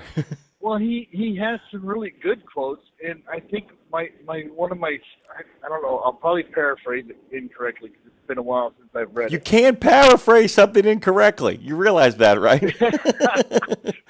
Well, yeah, but I think when your search for meaning goes outside of yourself, then you lose sight of what meaning is. Right? I mean, so he said, don't ask what the earth or what life can do for you, but ask what you can do for life. So he's like an existential Kennedy. Yeah. There we go. That's kind of good. Yeah. So, I mean, it's not a matter of hey, the world owes me something. No. It's a matter of getting up in the morning saying, this is a beautiful day. What can I do to pay back the world for the life I have? I think that's the way to go. I think it's the only way to go. Life really has meaning. I think it's the only way to go. I got to go, by the way. I have to go. All right. I'm out of time. All right, brother. I'm hoping and praying for you guys. Oh, by the way, here's the thing: it's a great joke I always have. I'm fine. I'm good. I'm a 56-year-old smoothie who's in pretty decent shape and very fortunate and blessed. I got a wife who loves me. I got friends who rally around me. I got in-laws who are terrific. And by the way, I have the greatest luxury anyone over 50 can have. I have both my parents alive and in charge of their wits. Tell Dave that we love him and we're going to miss him dearly. By the way, I'm not going to miss him. Good God Almighty, I can't wait to get away from that old bastard. Thank you. Right. Thank you, Clifford. I'll talk to you later, brother. Bye. All right, bye, brother. I'm kind of making this up as I go along, guys, here, because Dre set me up for success. He really did. He had some stuff he's got to do. He's got a whole bunch of great life coming his way. I'll probably be running this little party for the next couple of days. I am going to play some music here. Get out of here to the other side. This is one of my favorite pieces of transitional music. I got a guest to call here in a second, so hold on tight. I'm out. I'll talk to you in a little bit.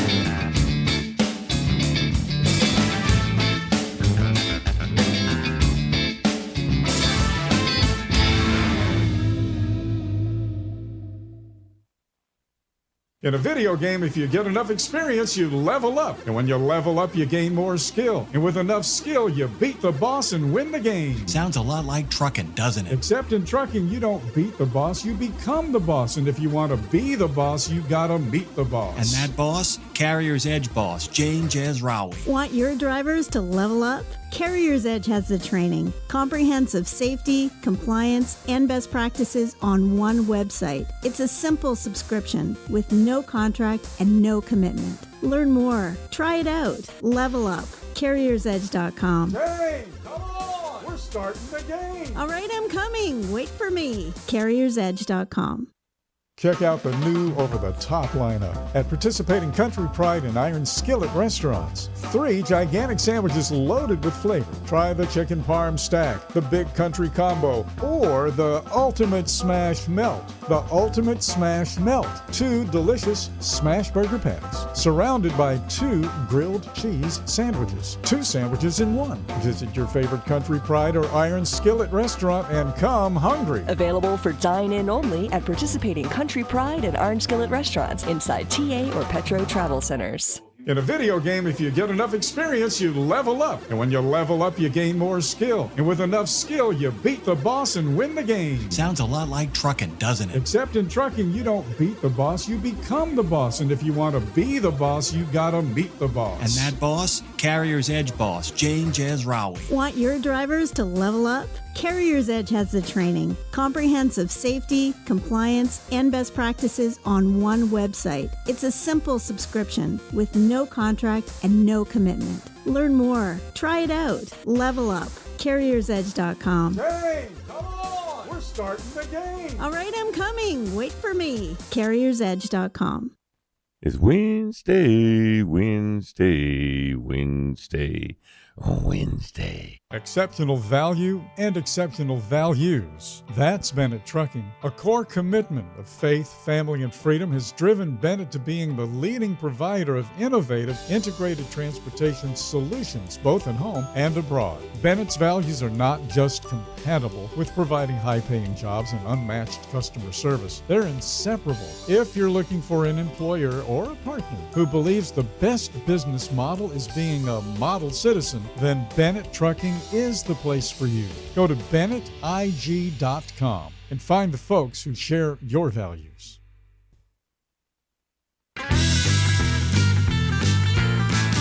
Man, I love this music too. I'm just going to play my greatest hits, by the way. Let me tell you what's going on. We're waiting for him to call us back. We got a great guest coming up here as soon as he can kind of get away from all the other stuff he's doing.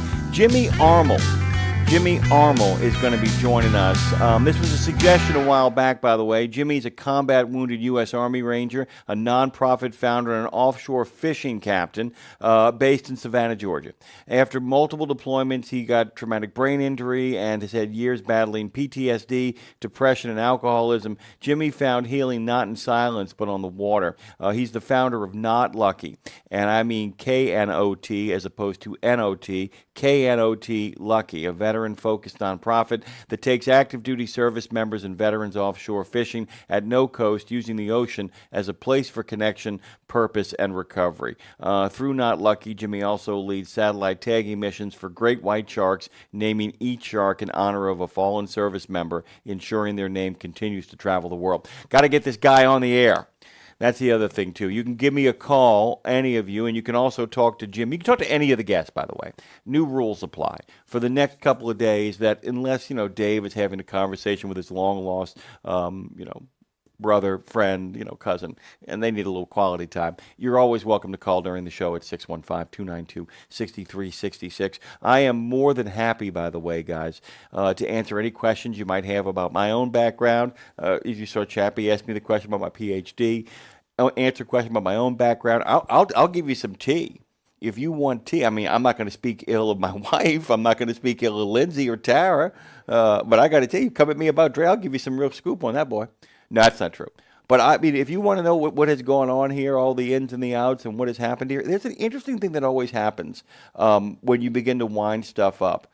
One of the things that I will give my on-air folks credit for is there's a point where you ever notice that people will often, a coach will get fired, but it'll be effective at the end of the season, and then the team will win like 3 games.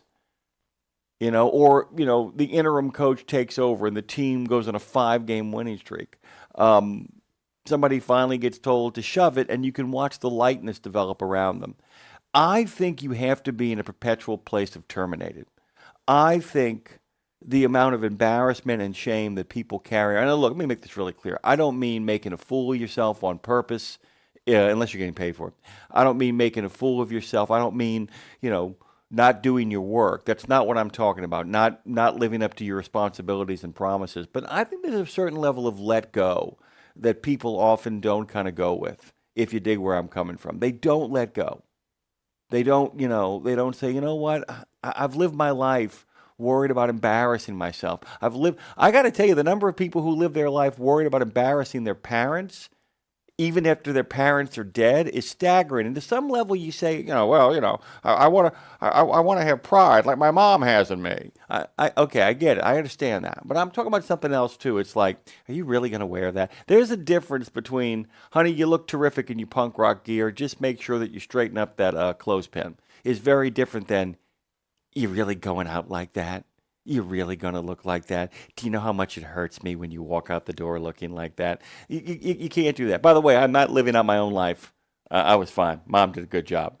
Now, my mom got lucky that everybody but me dressed pretty normal, but you get the idea. But the thing is that there's something that kind of occurs at the end of a show that I tell people all the time should be informing the show from the beginning. The idea that, as Lindsay said, to start us all off, the wheels have come off, but we're still turning. I have been trying to get this call on the show forever and a day, and I want to see if there's actually somebody there because we've been trying. Good morning to you. Is this Chrome Badger? Yay! How you doing? Have you just been sitting there all the time? Just is this a way of listening to the show? Because I think that would make That's what it turned out to be. I have many calls to make and many things to do. But I said, let me just stay on the line and I'll get it. But no, I'm enjoying the show. It is my way. My phone messes up. It's a whole issue there. And it's my only way to listen to the show. I wish I could have listened a lot more often if I could. But like I said, my phone is a little challenged in many aspects. Well, I'm going to tell you something else, too. I'm going to be really straight with you. We let you guys down. We let you guys down because we found... Chrome Badger, that when y'all found us, when people finally found us, they came. When people found the YouTube chat, when people found where we were and how to get us, they came. I feel like one of the failures, and I accept responsibility for this too, is I think had we had a better promotional scheme. Now, I will actually throw SiriusXM under the bus because, guys, what they did, I can say it now. I have distance, and I don't have a general manager who's worried about damaging his career by upsetting the Sooth at SiriusXM when he goes to apply for a job. Sorry, that's my weird voice. What is funny about this, though, is the fact that it's like those rotten jerks. Dave looked them in the eye. He looked them in the eye, and he said, look, if you're going to let us go, just let us know. Oh, no, we would never do you that way. We don't even know who Charles Gracie is. Literally, Rory Belfie and Neil Golub looked us in the eye and said they did not know who he was. And all they would have had to do, Chrome Badger, was tell us to our face. They could have simply said to our face, we're going to go in another direction. You know what Dave and I would have done? We'd have said, we're going to honor our contract. Thank you for 50 great years. Instead, they waited to get us to Matt's because they knew we would gather a crowd there. And then they got rid of us 3 days later. We would have left, dude. We would have just called it a day. There'd have been a lot less money spent. They literally put us in a position where we couldn't offload everybody in the company fast enough. It was awful, dude. It was awful. Yeah. It's sad because, with me, honesty, integrity, it goes a long way. And like you said, if people are just honest and man about it and not cowards, they just tell you, oh my God. Oh my God. Knows. Oh my God. I'm telling you, this is what nobody understands. Now, maybe you guys wouldn't have heard Road Gang Radio and you wouldn't have gotten a chance. And then Lindsay and I don't figure out a way to kind of work out our chemistry on the radio. Because I got to tell you, she's terrific, dude. My wife... I don't think people realize how good Lindsay Lawler and my wife are in regards to talent.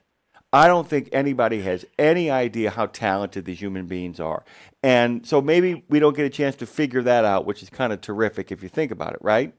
But the problem was, though, dude, it's like, do you know that all they would have had to do was 6 months earlier say, we're not going to go with you guys. And Dave and I literally would have been like, terrific. We'll take a break. We'll figure some stuff out. It was so, and then at the end a call, like you get a call from Dave Goreb at the end saying, I really think we made a mistake taking the music away from you. And it's like, really? Really? But what's neat though, I'm sorry, go ahead, Chrome Badger. Oh, no, just so I don't forget, it's always everybody makes a plan to better themselves, but honesty is key. And, I work here, and I like it and stuff, but my boss knows. If something's up, I'll give him my 2 week, and we were not enemies, we're not this. Part ways as friends, there's no problem. You're just moving on to something else. You want more home time, or you want to go further in life. And if he's selling the company, won the lottery, I got to hide. Hey, Dave, I'm going to keep the trucks for a little bit, then I'm going to sell them. You only have a job here for about another month. I'm selling the company. No hard feelings. It's all good. Not just, hey, I come in one day, clean out your truck, you're done. And the old company my friends worked for did that. Everybody, you're done. You guys are done. And that's it. And it's like, why do you do that to people who worked with you, whether you're the boss or not or a worker? And it does a disservice for everybody, in my opinion. That's not the right way to do things. Oh, my God, it was Weasley. I'm telling you right now, Rory Belfie lied to Dave's face. Neil Golub lied to Dave's face. Lied. Straight up lied. And the other thing that was so upsetting about it, too, Chrome Badger, is the fact that Casey Phillips never called Dave to say thank you for everything and never thanked him on the air. Oh boy! You know, that's never made the call. Man, never made the call. And by the way, he actually texted when we had the technical problem last Thursday. He texted Dre. He texted Dre and said, "Hey man, how you doing over there?" You know what Dre texted him back when he did it? What's that? He said, "You should check in with Dave on how he's doing." Oh wait, you haven't. Yeah.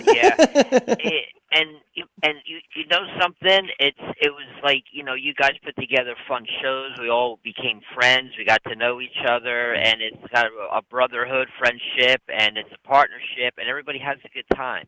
But when people do things like that's that's bad friendship. That's bad business. That's bad all the way around. And Actually, nobody wins. It's very toxic. Can I tell you something kind of spectacular? It's going to make you laugh.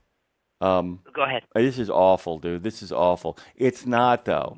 I have to tell you, it's not. That's the worst part about it is it's, you know, what I have learned is talent's got nothing to do with it. Can they control you? Can they pay you as little as possible? That's what I've learned. The talent's got nothing to do with any of this, by the way. Jerry Bowers, by the way, our good friend Diver Driver, says hello. He is actually on the chat. By the way, Paranormal Pie Man loves all this stuff, by the way.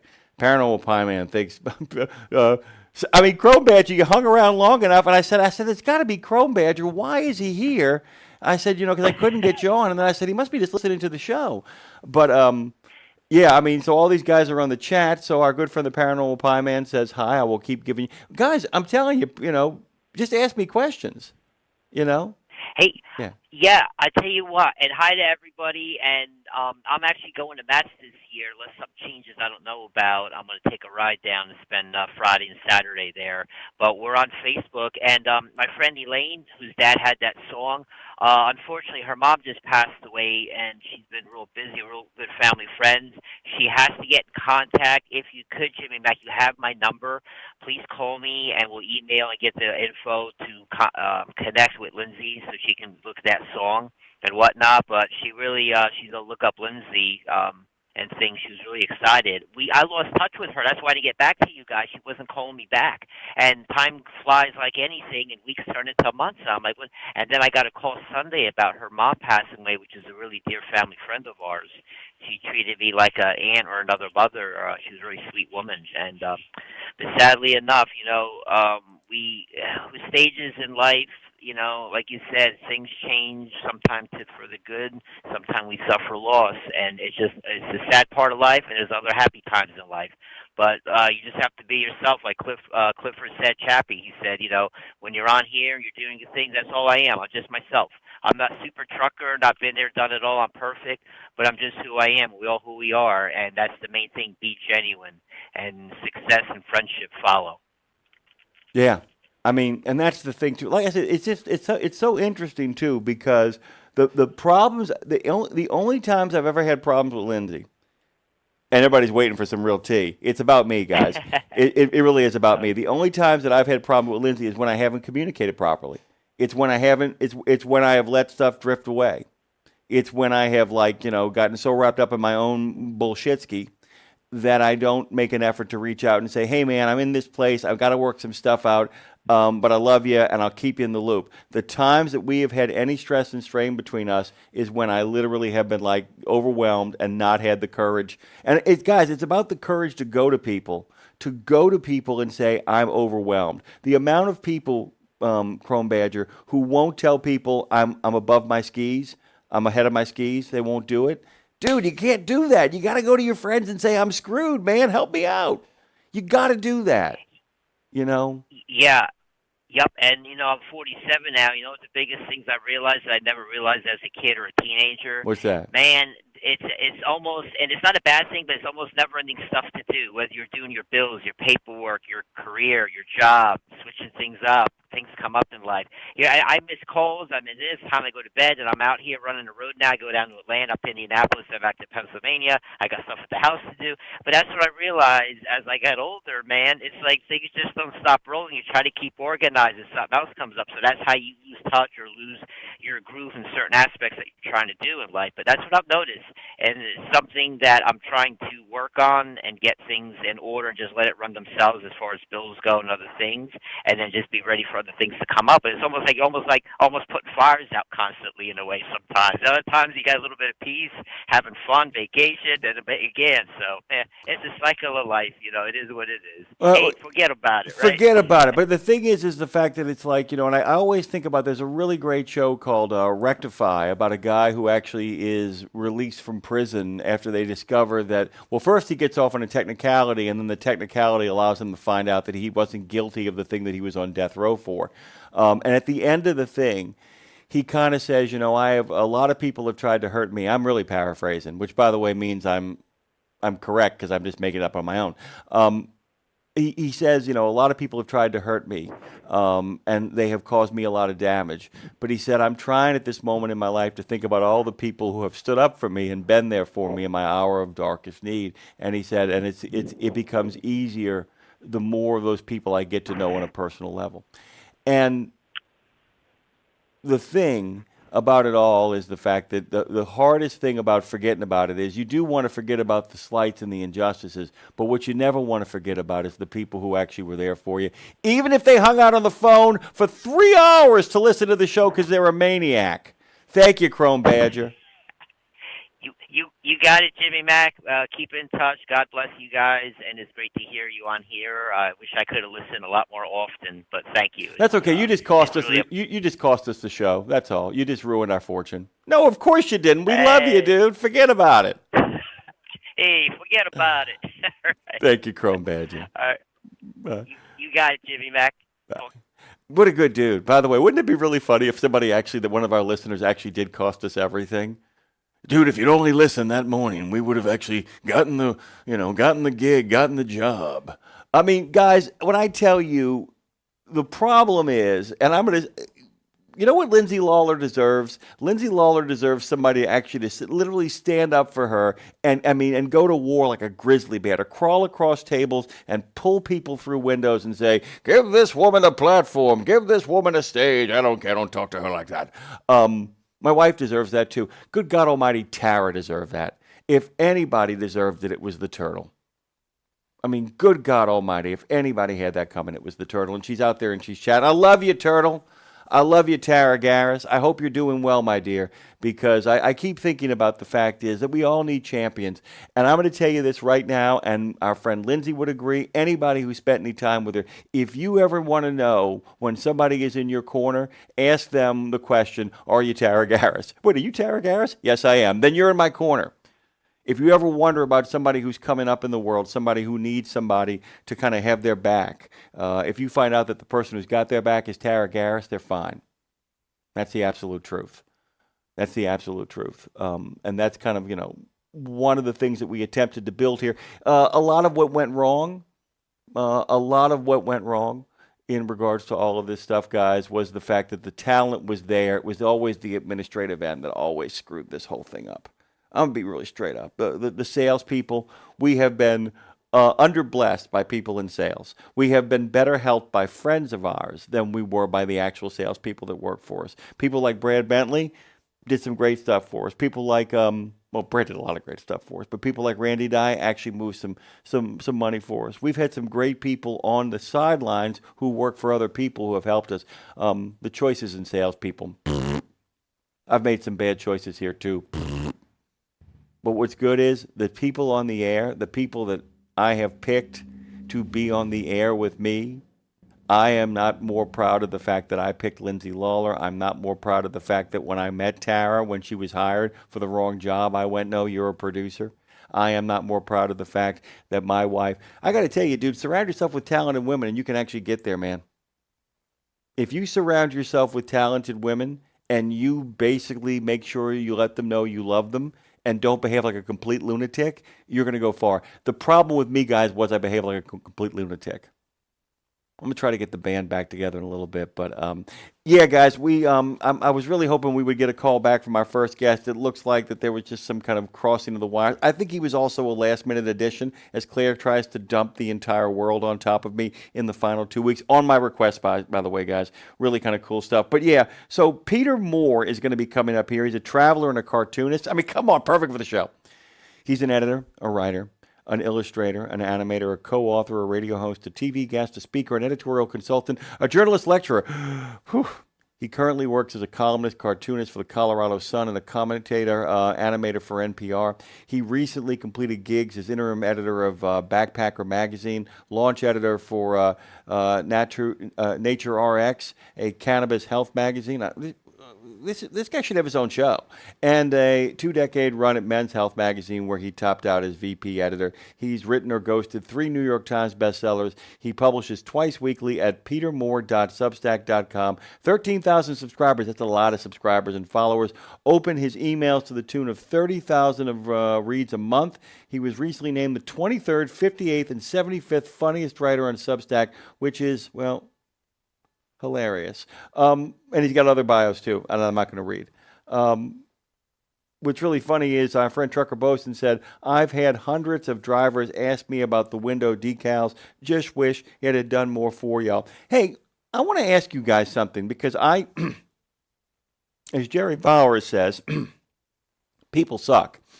One guy that it turned out, I didn't think he sucked before, but it turned out that I like him a lot. He seems like a really good dude. You guys know Ike Stevens of the Bonehead Trucker? You guys know that dude? Because he's been all right, man. He's been an all right guy. He was telling me, and by the way, this is what I like. You know what I really hate? Is when people give you advice that you don't need, that you didn't ask for. What I really love, though, is when people ask if they can give you advice, and then they give you and you say, well, what's this about? And they explain it, and then you say, oh, I have that gap in my life. Go ahead and give it to me.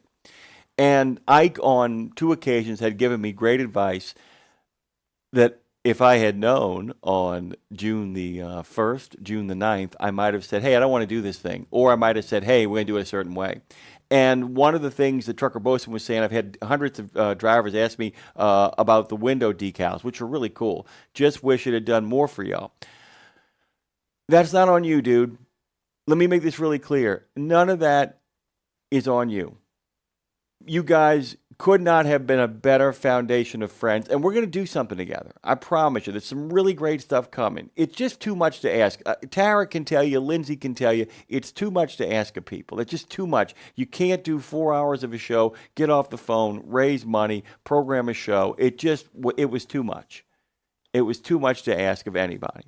And I just want to let you guys know that I could not have asked for a better group of fans. Lindsay and I would open up Facebook and see you guys promoting stuff. We never gave you a concerted strategy. We never got the newsletter launched. We never got merch set up properly. We literally we didn't even realize we were having it. We were having an internal argument about what the image and how the show should look moving forward and didn't realize we were having it. If you know what I'm saying. You ever had that where you have an argument going on in your house and you don't even realize you're having it? Usually involves the kitchen. Usually involves somebody eating one of the extra, maple bars. But you get the idea. I mean, so terrific. Trucker Boson, they were amazing. And by the way, Jerry, I do agree. It was good, Andre. It was a great message reply. Yeah, you should check in on Dave. It was priceless. It was, by the way, good to hear our good friend Chrome Badger on the show again. He's a terrific dude. Guys, I wish I would have known. I would have been kind of winging it today because there's all kinds of fun stuff I could have kind of dug into. But the Paranormal Pie Man says he got his hat with his pin as well. Oh, man, we had all kind of options and opportunities that we didn't take advantage of. There ain't anybody in that chat right now that is responsible for what is going on right now. And by the way, I'm kind of excited. I think I've figured out what I'm going to do. I know what Lindsay's going to do. She's got some amazing plans and an amazing show. We Should Write is not going anywhere. You just got to stay tuned. We'll get that information out to you as soon as it comes up. And believe me, whether we're doing it under auspices together or whether she's doing it alone, you won't find a bigger champion for Miss Lindsay Lawler. Dude, let me tell you something. She has put up with so much shit for the past 5 years. She and Tara and my wife have put up with so much nonsense. You have no, actually you do, because many of you are married to extraordinary women. Many of you have extraordinary women in your life, and you know what these women are like. These women have put up with so much nonsense. It would take your breath away. You have no idea what these people have going to put up with. And I can't thank them enough, and I can't thank you enough. So, Trucker Bosun, I'm sorry I'm sorry it didn't work, but you wish you could have done more for me. Good God Almighty! When I think about you and the Paranormal Pie Man and Marshall and the money that's been dropped and all that kind of stuff, dude, you're amazing. I got no problem whatsoever with that. I got no problem whatsoever. So this is what I'm thinking about doing, guys. And I'd like your input because I'm always a big fan of what needs to be. And at the end of the day, I make my own decisions. But it was good to hear both Clifford and Marshall say this. I'm thinking about freaky, feisty, flinty, ferociously fun Fridays. That's what I'm thinking about doing. And like I said, I am pitching stuff out there. I like this kind of stuff. I like process. What do you guys think about once a week having 2 shows? Morning show, really trucking, just once a week where we catch you up on the entire week, but it has more of that kind of road gang sort of wheels come off, we're still rolling thing, rumbling, bumbling, stumbling, knock yourself on your ass kind of feel to it. The gang drops in, but it's much more hairy, longer form conversations, more chat over there, chance to kind of dig into stuff, and then come back in the evenings with something like Gauge Illuminations. Do the old 6 to 10, 7 to 11 slot, Because I tell you what is happening. You want to hear something really cool? I can't tell you the cool thing because one of our guests is going to be on here in the next week and a half, and he's going to tell you guys some stuff that's really cool. By the way, Penny Lane is the same for putting up with you for 30 years, Trucker Bosun. I didn't realize it was that long. Yeah, dude, Penny Lane is an insane. Penny Lane is the resurrection and the right. Dude, come on. Good God, 30-plus years. Congratulations on that, by the way. Paranormal Pie Man, really kind for you to say, I respect the hell out of Claire, Lindsay, and Tara. You should. We all should. Move upside, let the gal come through. Let the gal come through. That's absolutely it. Joe J's in. Freaky, feisty, flinty, ferociously fun Friday. And we just do Fridays. We just wrap it up. We just do Fridays. Friday. And we have the Reverend come in, and I can just shake people down for money. What you can do, though, is you can promise me you'll be there when we do it. You can promise me you'll set it up with us. You can promise me that wherever Lindsay takes We Should Write, even if it ends up just a podcast, you will download it and you will listen to it. You will promise me you will get involved, my friends. You will reach down deep into who you are and what you are all about, and you will find a way to deliver unto Lindsay Lawler what she deserves. And you will find a way to give me what I don't deserve, which is success and happiness, by showing up on Fridays or whatever I do. I'm also, like I said, all kinds of plans coming at you, all kinds of fun things, all kinds of stuff moving in your general direction. All right, so let's talk about this next guest. It's going to be a really fun conversation. He is, of course, an amazing writer. Peter Moore is going to be here on the scene. Don't forget, if you want to give us a call during Peter's interview, I would ask, though, it be about Peter or questions you might have about that. He was the editor of Men's Health, and before that, he was the articles editor. Wait for it. Here you go, Marshall. Your kind of guy, Playboy. He said he was pretty good at his jobs, but he was really great at taking vacations, Moscow and Minneapolis, Bermuda and the Badlands, Kathmandu and Kaibo, Key West and the Congo, plus all those national parks you've been meaning to visit. This is exactly what we do. When they come, they stay. My good friend actually hit the nail on the head, Joe J. Joe J, that's the absolute truth, Ruth. When you guys come, you stay, and that is just awesome. Now, one of the interesting things about this job is that I have to hit the pause button a lot in order to set up the sound bumpers so I can actually buy myself enough time to actually begin to play music like this and to make my way out of this show into a break, come back on the other side with our next guest. I bought myself time. I'll be right back.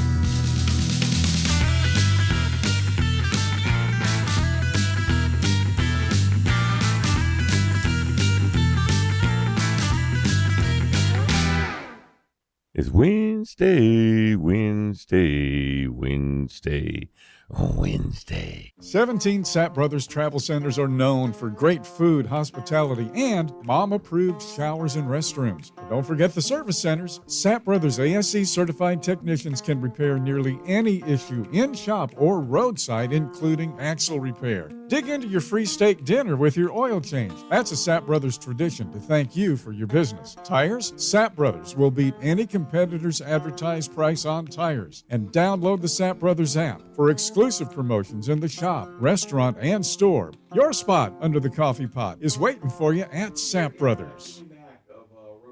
There are precious few nonprofits in the trucking industry, and even fewer that make a tangible difference in the lives of professional drivers. So thank goodness for the St. Christopher Fund. Since 2008, over 4,000 over-the-road semi-truck drivers have turned to the St. Christopher Truckers Fund when a medical issue took them out of work.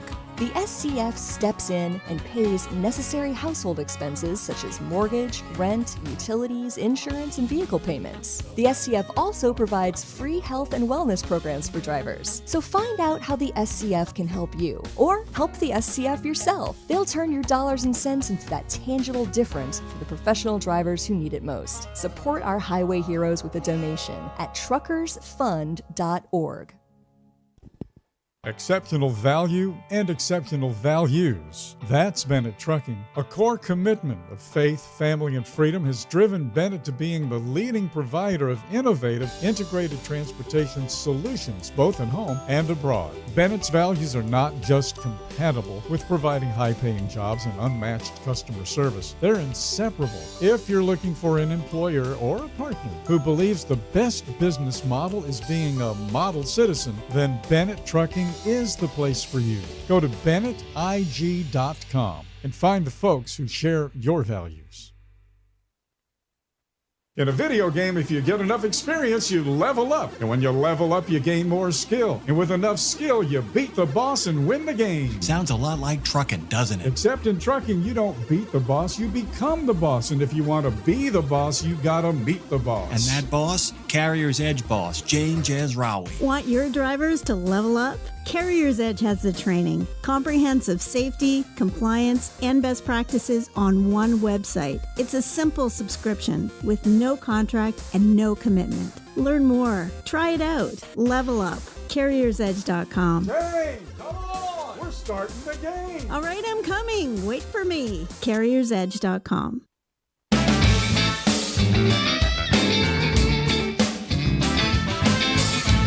Oh, yeah. It's really kind of fun just to make up things as you go along.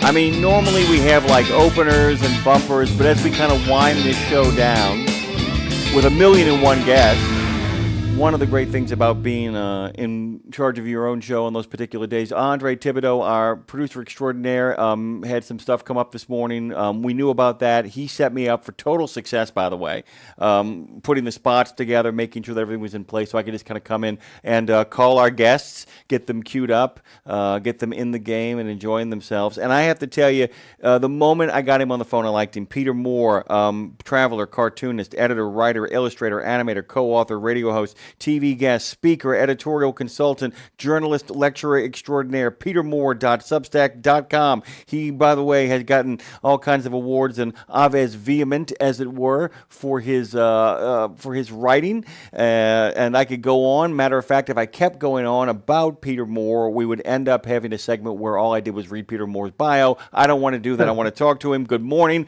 Welcome. How are you, my friend? I am my own bio. So, yes, I can talk my way through it. So, you know, one of the things that I just want to kind of ask you about point blank is you got 13,000 people who are out there reading you, loving you, getting into you, digging what you have to say. It never really ends. And if we really love writing, if we really love telling stories, at some point we just figure out what the next methodology and the next delivery system is, and we get our ass in there and we go writing, don't we? Yeah, it's so funny that you mentioned that, because I had this fantastic career in magazines, writing books, and it all went away. Like right during the pandemic. I'm not the only one who it affected, but my whole way of living kind of vanished. And I thought, okay, I have these skills. What am I going to use them for now? And lo and behold, Substack was rising in the East. And as a matter of fact, now I have 16,000 subscribers and followers on Substack. So the line just keeps on going up, and that's pretty much fun for me. I got to tell you, it's one of the most exciting things. And, I don't know if you know this, this company, the company that you are talking to, not the human beings, are sunsetting in the next couple of weeks. Dave has had a 55-plus year on the radio career, and we just kind of said, you know what, other people want to do different stuff. I am amazed and constantly by the number of people who say they're going to retire or move on to something else, and what you're always looking for, it's almost like the way you feel. Do you remember how you felt when you got to high school on the first day, that excitement of being nervous about where you're going? But I got to tell you, there have been a couple of platforms. I got onto Substack, but because of the work I'm doing over here, I had to kind of take a step back from it. But I got to tell you, there are a couple of platforms out there where you feel like a kid again, don't you? You step into this new place and make new friends. I worked for all these giant magazines in my career. I was the Men's Health, yeah. Playboy. Yeah, for Playboy was before Men's Health. Men's Health was even bigger in 42 countries. And so, it was millions and millions of men around the world were reading Men's Health, but I never felt a direct connection to them because it was always my work filtered through what Men's Health was or what Playboy magazine was. Now it's just me and the readers fighting it out and laughing at each other and with each other. It's a very communal feeling. It has a great community feel to it. And that's what I've always liked about Substack, was that the readers are there, but also other people who are doing Substacks who have become my Substack buddies. So it's this virtual office that I now work in, with lots of feedback from the main audience that I have there, but also from my fellow Substackers. So it has just been it's the medium that saved me after everything else fell apart.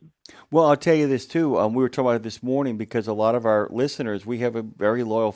The way I kind of make the joke about it is that I have a Boston Bruins audience. And somebody said, well, what does that mean? I said, well, I said, I don't have an NFL team, but they're not fair weather fans. Those great fans, those hockey fans who will go to the game even when the team is terrible because they like each other. And there are a lot of people. I think the real trick to doing what you're doing right now is it's the curation of community is as important as the writing is, which, by the way, the curation of the community in and of itself is a form of writing. But can you talk a little bit about that? Yeah, I when I went on Substack, like anyone, I was brand new there. I didn't know what was going on. I kind of limped along for a couple of years with 200 or 300 subscribers to what I do. But then I realized that there was a connection. There's kind of an alchemy that I could do between my writing, my drawings, my sense of humor, and what people were looking for, because, we live in very turbulent times. There's a lot of crazy stuff going on. And, there's a time when you just need to maybe unplug from all that, unplug from the doom scrolling, just take a look at life and what do you appreciate about it? What's funny about it? How do I connect with other people in my life? And I feel like the Road to Elsewhere, which is what my Substack is called, is kind of one of those gathering places where people can take a look at the world, maybe not take it as seriously as they have, go back to reality when they're done with me. But I give them a little vacation for their eyes and their minds when they check in on my Substack. And it's a vacation for me, too, because I'm living in that same world. I'm, dipped in the same toxic waters that everyone is. But I'm finding my way to gain perspective on it, I guess. And that's what we all need to do, is find our ways to laugh, find our ways to appreciate things still, and move on with our lives. What choice do we have? By the way, for whom the bike bell tolls, I enjoyed so immensely. I'm going to read the quote, by the way, that you actually put up in the post. Peter Moore, by the way, of course, can you think of a more perfect, by the way, you always figure out why my wife and I book things, if you guys are regular listeners, Road to Elsewhere. Are you guys figuring out why it is we picked this particular voice to kind of join us on the Road Gang here? It's really a great quote. There is hope in despair, because otherwise, what would we be despairing about? It's the gap between reality and what's possible that hurts and gives us direction to go forward. Okay, I'll take off my philosopher hat now and put on my bike helmet. But I have to tell you, brother, the thing about it is, though, is that the bike helmet is in of itself a philosophical act, because the idea that going anywhere, and of course, you're talking to over-the-road truckers here. You're talking to a lot of people who love making their way across the country and doing the stuff that you like doing, which is going to national parks and all of that stuff. But I think the idea of the moment you start a car or put on a biking helmet, that in and of itself is an act of hope, because hope is always about what's next to a large degree. Is that fair? Yeah, I think the long rides that I do, the long drives that I do, they're all narratives, right? It's like a novel, beginning, middle, and end. Oh, yeah. Or like any book. So there you are in the beginning. You're warming up the engine. You've plotted the path that you're going to go. You've got your snacks at hand. You've got your idea of where you're going to eat lunch. All those things are filled with anticipation. But even with all that anticipation and planning, you don't know what's going to happen. You don't know when the snowstorm's going to hit going over Vail Pass, or you don't know when that tire blowout's going to come. So it's all the stuff that you have to field like in process while you're going through it. And that's actually what life is all about, is anticipation, yielding to results, yielding to your reaction to them, helping you get to that destination down the road. And the destination can change, and that's part of the fun of it.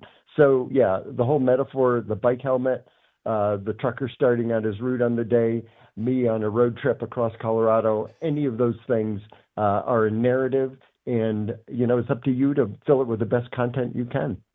This is crazy, by the way, because yesterday, this is this kind of little tiny minor thing. Yesterday was the anniversary in 1967. Yesterday, George Martin got that orchestra together for a day in the life, and just told them to play as far as they possibly could, to start randomly and play as far as they possibly could. And he simply said, go as far as you possibly can, and they did. And that's when that moment got recorded under George Martin's careful, curated eye. And I keep thinking about, though, my co-host, who is not here with us because she's setting up some other stuff as we kind of make our plans and make arrangements, she says you can write a song about anything, but the road is such a helpful thing to write about anything, because if you think about the middle of the entire song, A Day in the Life, it's simply somebody walking. And I didn't even think about that until like yesterday, until we were talking about this right now. The whole song is about somebody walking. And I feel like that you may be trying to kind of recapture the art of the flaneur, the wanderer. You remember Michael Desserteau's Walking the City and all that nonsense of like, not nonsense, I mean that joyfully, but the idea, let's just go wander and see what happens. Let's just go someplace. Well, the whole flaneur thing, right after I graduated from college, I had no idea what was going to happen to me in life. It was at the beginning of that journey. And so I had a small inheritance from my grandfather, which I spent on studying French in Paris.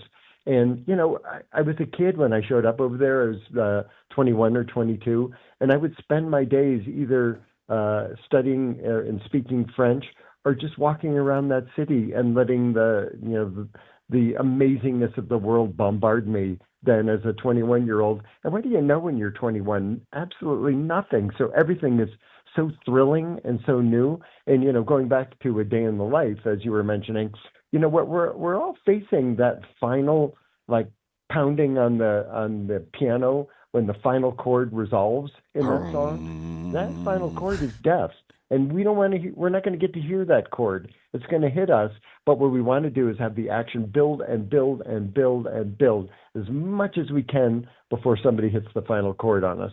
So yeah, we are that orchestra. We're building up, like George Martin said. And, if we keep at it, we're going to have great lives as our reward. Let me ask you in regards to the stabilization of what Substack has kind of become this anchor. I hate the term anchor, because anchor to me always suggests something wonderful, as opposed to people here, like, it's got an anchor around my neck. I'm like, no, dude. You know what I'm saying? How about a ballast? The idea that Substack has become this sort of area where you can kind of foundationally ground yourself. But where do you want it to take you? I mean, because you still got traveling left in you, my friend. You still got places you want to go. This has become kind of a rally point for you. Where are you headed next? Where's the next trip you're taking, besides talking to some jerko who's actually speaking to you from New Orleans? Where are you talking to me from, by the way? I'm in Denver, Colorado. I thought so. Okay, making sure. I got a good friend in Denver. Go on, please. I'm sorry. Yeah. So as far as where this is all taking me, it's kind of brand new for me, so I don't actually know. I only realized that there was an alchemy between what I write and what I draw and my sense of humor like a few years ago when this thing took off. So, I have ideas for books that I want to write, memoirs that I want to work on, humor books that I want to do. But for the moment, it's plenty for me to just be, flexing my muscles, stretching my legs in a new medium for me, which is cartooning. And it's already taken me some places that I never expected to go. I write a column for the Colorado Sun right now, and I'm also doing commentaries and animations for NPR. And it's like 5 years ago, if you had told me that that's what was going to happen, I would have said, nah, never. I mean, I like art, but I'm not going to make a career out of it. Well, you know what? I'm making a career out of it now. So I'm going to chase this as far as I can go. I'm having so much fun doing it that it's almost like the destination doesn't matter. It's every day what I'm working on is what is fun for me and what amuses me. And that Substack post that you mentioned, For Whom the Bike Bell Tolls, it really is acknowledging that, there's going to be a final ding in our lives. We're going to go off the bike and never get back on again. So again, it's like investing as much content and as many thrills as you can, mile by mile down that road. And, the destination is always going to be a surprise. So why fight that? Let's just make every minute count. And those minutes will add up to days and add up to a lifetime. Let me ask you a couple of fun questions for our listeners, because I know they're dying to know. And I will give you two questions, and then you can pick the order in which you want to answer them. Okay. Okay. So I would love you to talk about what your experiences were like as a story editor over at Playboy, because anybody who is familiar with the fiction that went on in the 70s and 80s and all throughout a lot of times is that there was some incredible writers, William F. Buckley, Norman Mailer, Gore Vidal. I mean, there's some really groovy people that actually wrote Ray Bradbury wrote some really great stories, Rod Serling. I'd love to hear about your experiences there, if there's any particular story you'd like to share. And then I'd just like to know, who were your favorite writers growing up? Who are the writers who have become your kind of comfort food in moments when you feel like you might lose your way? Like, I pick up Ray Bradbury all the time just to be like, you know what, I can always read A Fox in the Forest, and that will ground me. But I'd love to hear that for you. You get to pick which order you want to answer those questions. Yeah. Okay. So with Playboy, you mentioned, it really was like a literary club. And one of the most surprising and hilarious things that ever happened there was that I got, we used to talk about girl copy, which was the copy that went along with the naked pictures. Well, John Updike was a longtime fan and friend of Playboy, and I had him actually do some girl copy for me. So, for a lot of guys, that's kind of a dream. You get to talk to the naked lady and get to know her a little bit. John Updike was signing on for that too. So it's like one of the all-time literary greats. There he was writing girl copy for me. The other one who I worked with at Playboy was David Foster Wallace, who wrote, a short, wonderful piece for me. This was obviously probably a decade out from when he died or committed suicide. Yeah. But, it's just like being part of a cultural institution like Playboy was. It is no longer. But I was there, during the latter stages of its heyday. And, it was a dream as an editor and a writer to be working for that institution. And, it made my career, and I'm so grateful that happened to me. As far as when I was a kid, what my comfort food was and what my introduction to really literature with a capital L was Charles Dickens. My dad was a big Dickens fan, so I found myself, sitting down with A Tale of Two Cities and Oliver Twist when I was in my teens, and it was actually foundational for me, because any of your listeners out there who read Dickens knows that it's a big part of these books that there are illustrations that begin each chapter, so you can see who the people are who are figuring in the chapter ahead, and they're always up to some like crazy antics as well. So it was a combination of narrative and humor in those images, which I didn't know it when I was a 14-year-old reading Dickens, But later on in my life, that would become my MO, my modus operandi for what I like to do, which is to have my drawings comment on what I'm writing. So thank you, Charles Dickens. I turn back to him all the time. David Copperfield, I just read because I was also reading Barbara Kingsolver's Demon Copperhead, which is based on David Copperfield. So the 1-2 punch of those two together was amazing for me. Dickens remains relevant to me, even though he died in the 1860s. Let me tell you something kind of interesting too about Dickens. The filmmaker Christopher Nolan, right? Yeah. Inception, Dark Knight Rises, all the Batman movies, Oppenheimer, and all that stuff. He grows up and to the point where Dark Knight Rises actually just kind of drops it in there, just makes it really clear. I mean, the eulogy over Bruce Wayne's gravestone is from A Tale of Two Cities. But when you know how much he loves it and you watch the majority of his movies through the filter of somebody who deeply loves and is influenced how the stories are told by Charles Dickens, the way kids are presented in Nolan's movies, the way we constantly get perspective of awe and wonder, the way the world is always presented as both marvelous and destructive at the same time. And, one of the great things about revisiting Dickens, Peter, is that when you go back, you remember, he's a good storyteller. You forget what a good writer he is. Man. People forget. They think he's like this simplistic sort of plot grinder, and it's kind of like when you read Jules Verne in the French. You go, oh, wait a minute, this isn't kid stuff. This is really kind of fun. This is kind of amazing. And Dickens is the same way. There really is a sense of wonder, isn't there? It's just terrific. Yeah, well, Bleak House is my favorite Dickens novel, which goes on for about 900 pages. But I'm just remembering he was describing one character in that book. And, oh, God, I'm getting a chill just thinking about it. He described a character, an oyster of the old school whom no one could crack. Oh, it's just perfect.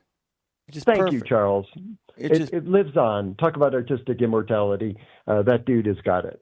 Oh, my God. And the other thing is, too, is the fact that everybody who writes young adult fiction now, everybody who writes young adult fantasy fiction, young adult high school fiction, it's all his model. It's all his model. It's like this masterful, how do we create multiple characters inside a meticulous world? The multiple creation of character inside a meticulous world is the world of Charles Dickens. I hadn't thought about Dickens, the video game. Now, that'd be something.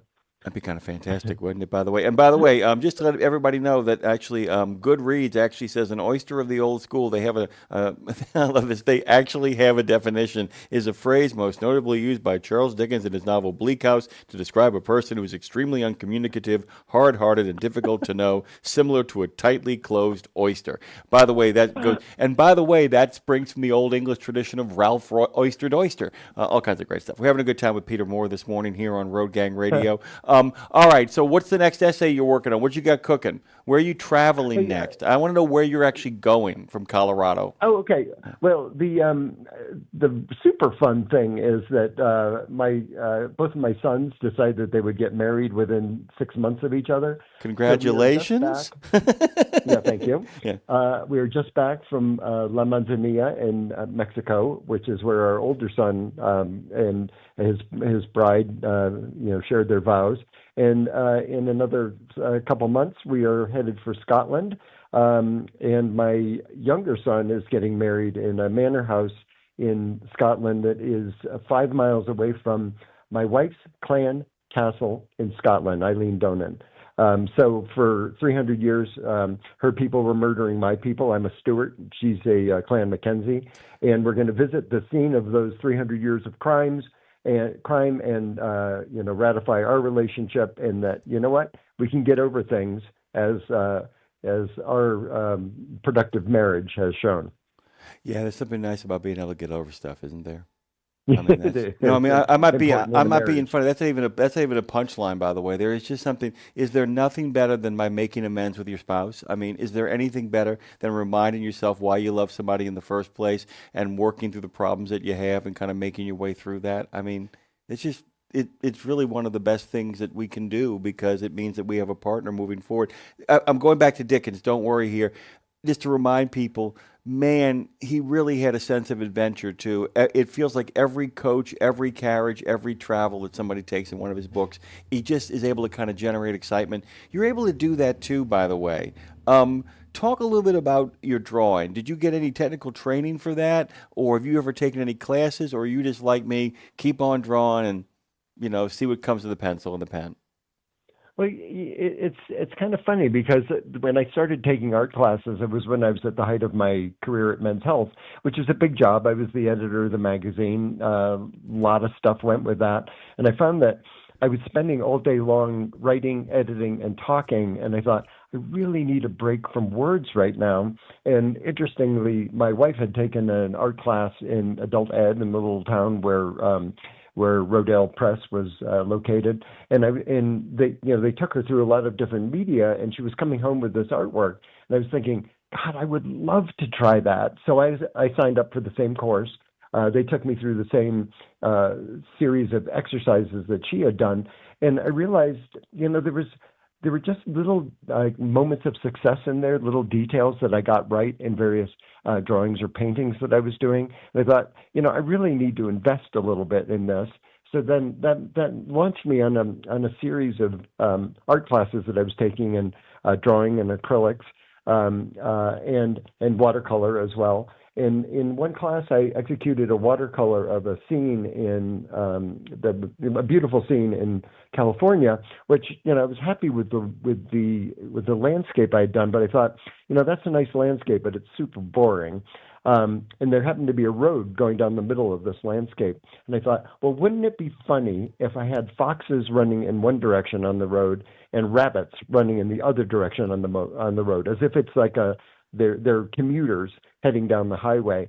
And, at one point, there's one fox who has stopped on the highway and is looking over at the rabbits. And, you can see the idea occurring to him, hey, wait, that's dinner. So, what I had done in that painting was a landscape, yes, but I put my sense of humor into it and come up with a scene that couldn't possibly exist, but was kind of funny. And it was like, as soon as I did that, I thought, oh, I'm free to make the world over however I want to in my artwork and amuse myself at it. And the whole thing has come out of that moment of boredom, looking at a perfectly well executed painting and not being satisfied with it, and moving on to what funny narrative can I make out of that artwork. And that's been driving me for the last 10 years to work the laughs out of what I'm drawing. I tell you this too is the fact that I didn't realize this, and I do a lot of that too, where I'll get to the end of something I've written and I will actually kind of be a big cartoon. I don't know if you've noticed this, by the way, that it actually, along with kind of extracting stuff, it feels like a bridge to the next piece of writing, doesn't it? Oh God, yes. It's like people ask me, how do you do this work? Where do you get your ideas from? And that presumes that you have an idea and then you execute the idea, right? The important thing is to just start, is to dive in. I always have a general idea of what I'm working on when I start a piece of artwork, but the ideas come to me because I'm working on it, not before I do. So I'm not waiting for inspiration. I pull out my Apple Pencil, I dive in, and that's when the jokes start coming to me. I'll tell you, that's the absolute, guys, I know a lot of you guys are interested in writing. Lindsay has her wonderful show, We Should Write, that you all listen to, always looking for inspiration. He's absolutely right. The best way to actually get to better writing is to write through the bad stuff, which means keep writing, because the other stuff will always come there. That's what it kind of comes down to. Peter, I can't believe we're almost out of time here. I want to encourage people to go subscribe to Peter's Substack. It is fun, life-affirming, joy. Its writer is good. Its cartoonist is goofy. Oh, it's the same guy. It's been a pleasure having you on here. What are you doing this evening? You gonna get a chance to hang out with your lady friend? Have any good World coming? We are going off to see the Nuggets play Memphis tonight. So I'm going to I'm wearing my Nikola Jokic jersey right now. And at 6:30, we're going to go to Ball Arena, and with any luck, root the Nuggets on to victory tonight. I have to tell you, by the way, you're rooting against the team of the writer from yesterday. Mark Graney of the Gray Man series was on. He lives in Memphis, and he's actually a basketball fan. So you're rooting against the Gray Man. That's okay. Peter, I'm with you. I like Denver better. Thank you, sir. You bet. Go to Substack, guys, by the way. Peter, I would normally give a call to and be able to talk over the break, but we can't do that because we got to keep on moving on. The show just keeps on moving on. What a good dude. Hope you guys are enjoying yourself. This is that moment again where I forget that I'm supposed to press a lot of pause buttons, and when I do that, it sets up all these wonderful commercial spots, and as I do that, it gives me an opportunity to actually figure out who we're going to be bringing on the show next. Guys, if you want to, you can always give us a call in the last few moments of the show at 615-292-6366. I'm just so used to somebody else saying it. It makes me sad when nobody else does, but those are the rules. Neil Fisher, who we've had on before, is going to be talking with us about the rom-com trivia book. Go to neilfisher.com. Well, Neil's been on before. I got to get Neil queued up here, guys, so hold on tight. Don't get thrown to the wolves. Enjoy the music. I'll be back on the other side. Hold on tight. I got veins in my neck, I got grooves in my wheel, I got the best listeners on the planet, and I got Touchdown Garris in the chat. Good morning to everybody.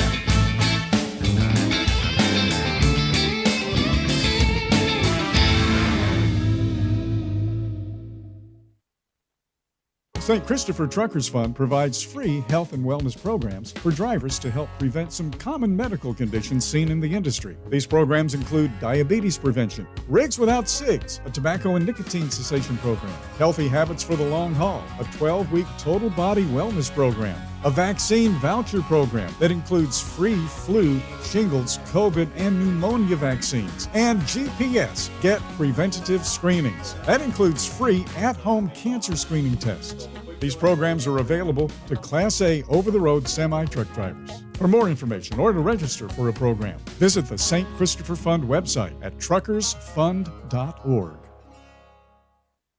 It's Wednesday, Wednesday, Wednesday, Wednesday. In a video game, if you get enough experience, you level up. And when you level up, you gain more skill. And with enough skill, you beat the boss and win the game. Sounds a lot like trucking, doesn't it? Except in trucking, you don't beat the boss, you become the boss. And if you want to be the boss, you gotta meet the boss. And that boss? Carrier's Edge boss, Jane Jezraoui. Want your drivers to level up? Carrier's Edge has the training, comprehensive safety, compliance, and best practices on one website. It's a simple subscription with no contract and no commitment. Learn more. Try it out. Level up. CarriersEdge.com. Hey, come on! We're starting the game! All right, I'm coming. Wait for me. CarriersEdge.com. Did you know it's extremely easy to join the Wreaths Across America mission to remember our fallen heroes, while at the same time honoring those who are currently serving our country and their families? Plus, you're helping to teach our younger generation about the value of freedom. With just one $17 donation to Wreaths Across America, you're sponsoring a fresh Maine Balsam Remembrance Wreath. They've really become a symbol of America's respect for those who bravely served and are no longer with us. To sponsor your wreath, just visit wreathsacrossamerica.org. That's wreathsacrossamerica.org. The Soup Nazi says no soup for you, but we've got plenty of alphabet soup for you on Nemo Nation every Monday. You'll know what's going on at FHWA, TCA, ATRI, CARB, NHTSA, NACFE, OVAC, NTSB, ATA, RLA, NMFTA, DOT, CVSA, TXTA, NASTC, NAPTA, and of course OOIDA and FMCSA, and more. Dave, we're gonna need a bigger bowl.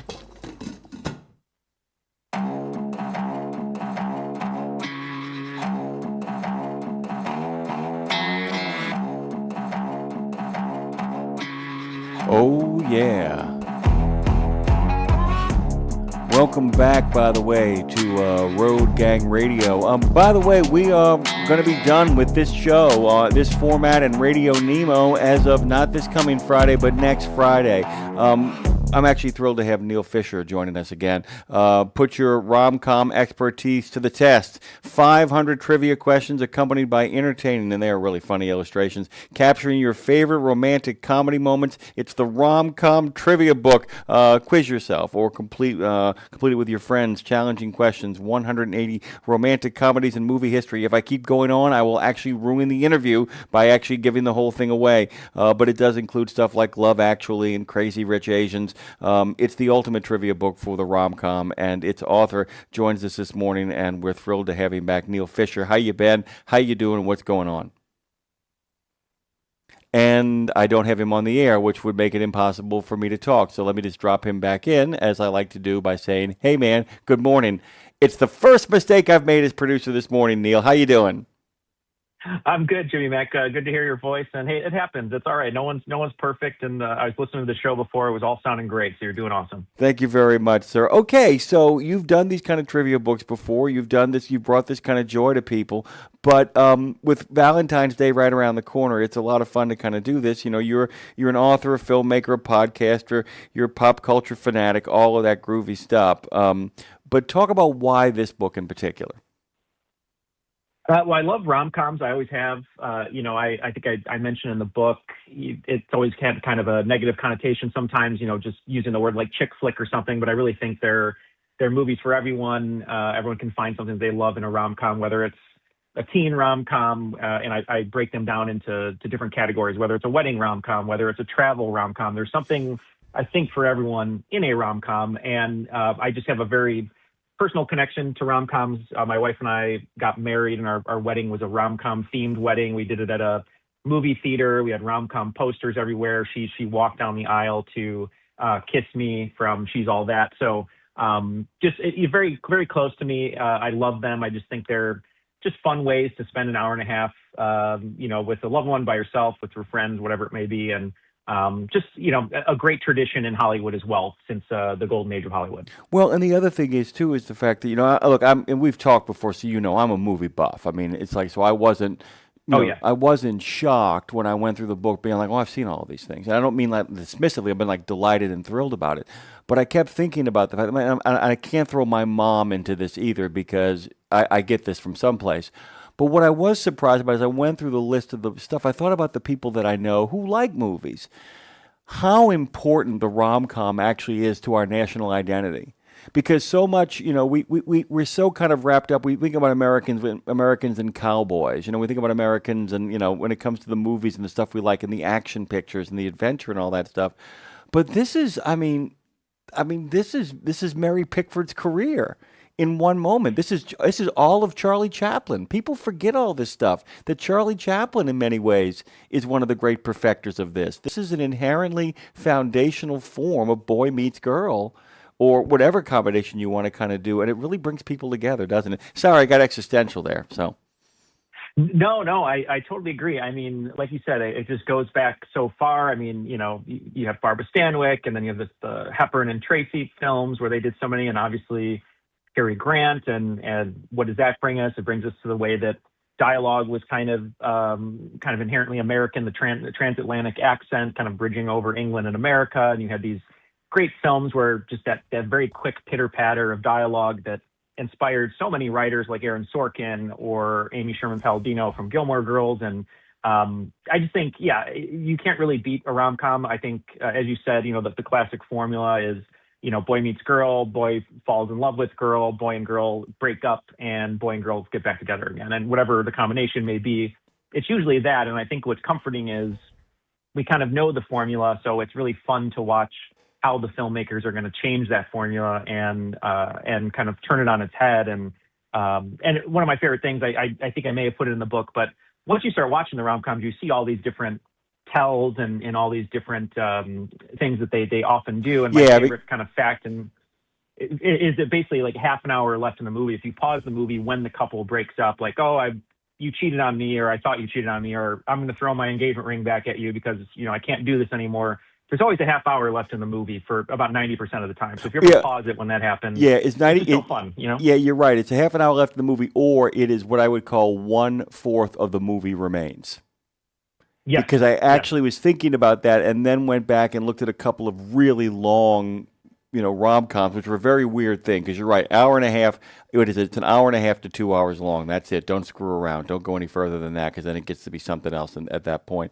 But the other thing that I kept thinking about, on a completely historical note, was the model, the one that everybody really seems to like, is the Much Ado About Nothing model, with the Beatrice and Benedict model. People, for some reason, the real gravitational point is the not older, but the starting to get a little bit too old for this stuff couple is the one that people really gravitate towards. You notice that?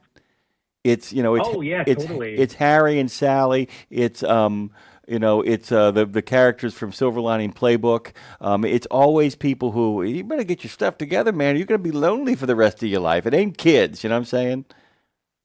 No, and I think it's just one of those things where there are so many rom-coms that are just based on Shakespeare. I mean, just Shakespeare himself. So I think he's such a great inspiration for different rom-coms, whether it's teen ones, 10 Things I Hate About You, Taming of the Shrew, or any number of other films that use Shakespeare as inspiration. And I think those stories are such classics. They're as old as time itself, and so. Why not use those stories, create a new version of it, put some, great Hollywood actors who are at the top of their game at the time and see what happens. And I think kind of just saying that out loud now, I think one of the things that I really miss in Hollywood is a rom-com, because we don't really have, the 80s, the 90s, and the early 2000s had sort of that mid-level $30 million rom-com where it was going to make its money back, but it wasn't, trying to be a $400 million Marvel movie. It wasn't trying to be an indie movie, but you stuck two stars who maybe hadn't worked together before. They have insane chemistry. They're obviously both great looking. They're good actors. Maybe even though it didn't do well, but like a George Clooney, Michelle Pfeiffer in One Fine Day. It's like, well, that's a great idea. Like, stick the guy from ER and stick Michelle Pfeiffer. She's a great actress, and let's see what can happen here with a fun little plot. And I think we're kind of missing that now. It's those movies that, you go to the movie theater with your wife, with your partner, or, you just kind of want to go enjoy it, or maybe watch it at home and you just have fun. And it's not like a Christopher Nolan movie. It's not 2.5 hours. It's just something light and fluffy. And I think there's nothing wrong with that at all. Well, and I think part of the problem, I think a lot of people are gun shy, worried about that they're going to get, called on for, using tired tropes, called on for, at what point is this like bad behavior? And I think part of the problem is the fact that a lot of people have a hard time distinguishing between the raunchy rom-com, which is a completely different subset, that gets slipped into a raunchy comedy, and the kind of stuff that you're talking about here as well. And yeah, I do miss cost you $20 million, made you $80 million, declare victory and go home movies. And a lot of these films, fell into that category. I'm going to ask you to some fun stuff, because I got to tell you guys, if you go through the book, it is somebody who so deeply loves all these things. What moments in rom-com for you and your wife really make you tear up? What are moments that really kick you in the guts when it comes to a rom-com? Oh, that's a great question. I mean, a specific one, so for our wedding, we had 4 posters up of rom-coms that meant something to us. And it wasn't necessarily our favorite rom-coms necessarily, but our first date was Roman Holiday, so that was up there. So good. The first time that we said, I love you, was The Proposal, so that poster was up there. The first anniversary we saw Easy A, which was up there. And then the weekend that I proposed to her, I did a rom-com sort of scavenger hunt where all of her friends flew out to a bookstore in New York City. A movie that we always watch because we love going to New York City is You've Got Mail. And the ending of You've Got Mail. Oh my God! I so hoped it was you. I so hoped it was you. Remember the line at the end of You Got Mail? Yep. Oh my God! When he comes over with the dog, it's just great. It's great. It's great. Sorry, go ahead. So good. And so I think no. I was just going to say you totally know what it is. And I think I just think that one, their chemistry is so great. Obviously, it shows the city really well. There's multiple seasons. So that one is really important to both of us. And then I think, when Love Actually we watch for Christmas, but we watch as a rom-com as well. That one's great. And When Harry Met Sally obviously is kind of, I guess what many people consider the best one. And there's so many great stories about that one. And very quickly for the listeners, just 2 little anecdotes that I love. The first one is if you're watching the scene where they're at the Met in New York and Billy Crystal's kind of doing different impressions, and he says but I would be proud to partake in your pecan pie, that whole thing. He's just improvising, making Meg Ryan laugh. And if you watch it closely, everyone who's at home, turn it on, Meg Ryan kind of looks off camera laughing.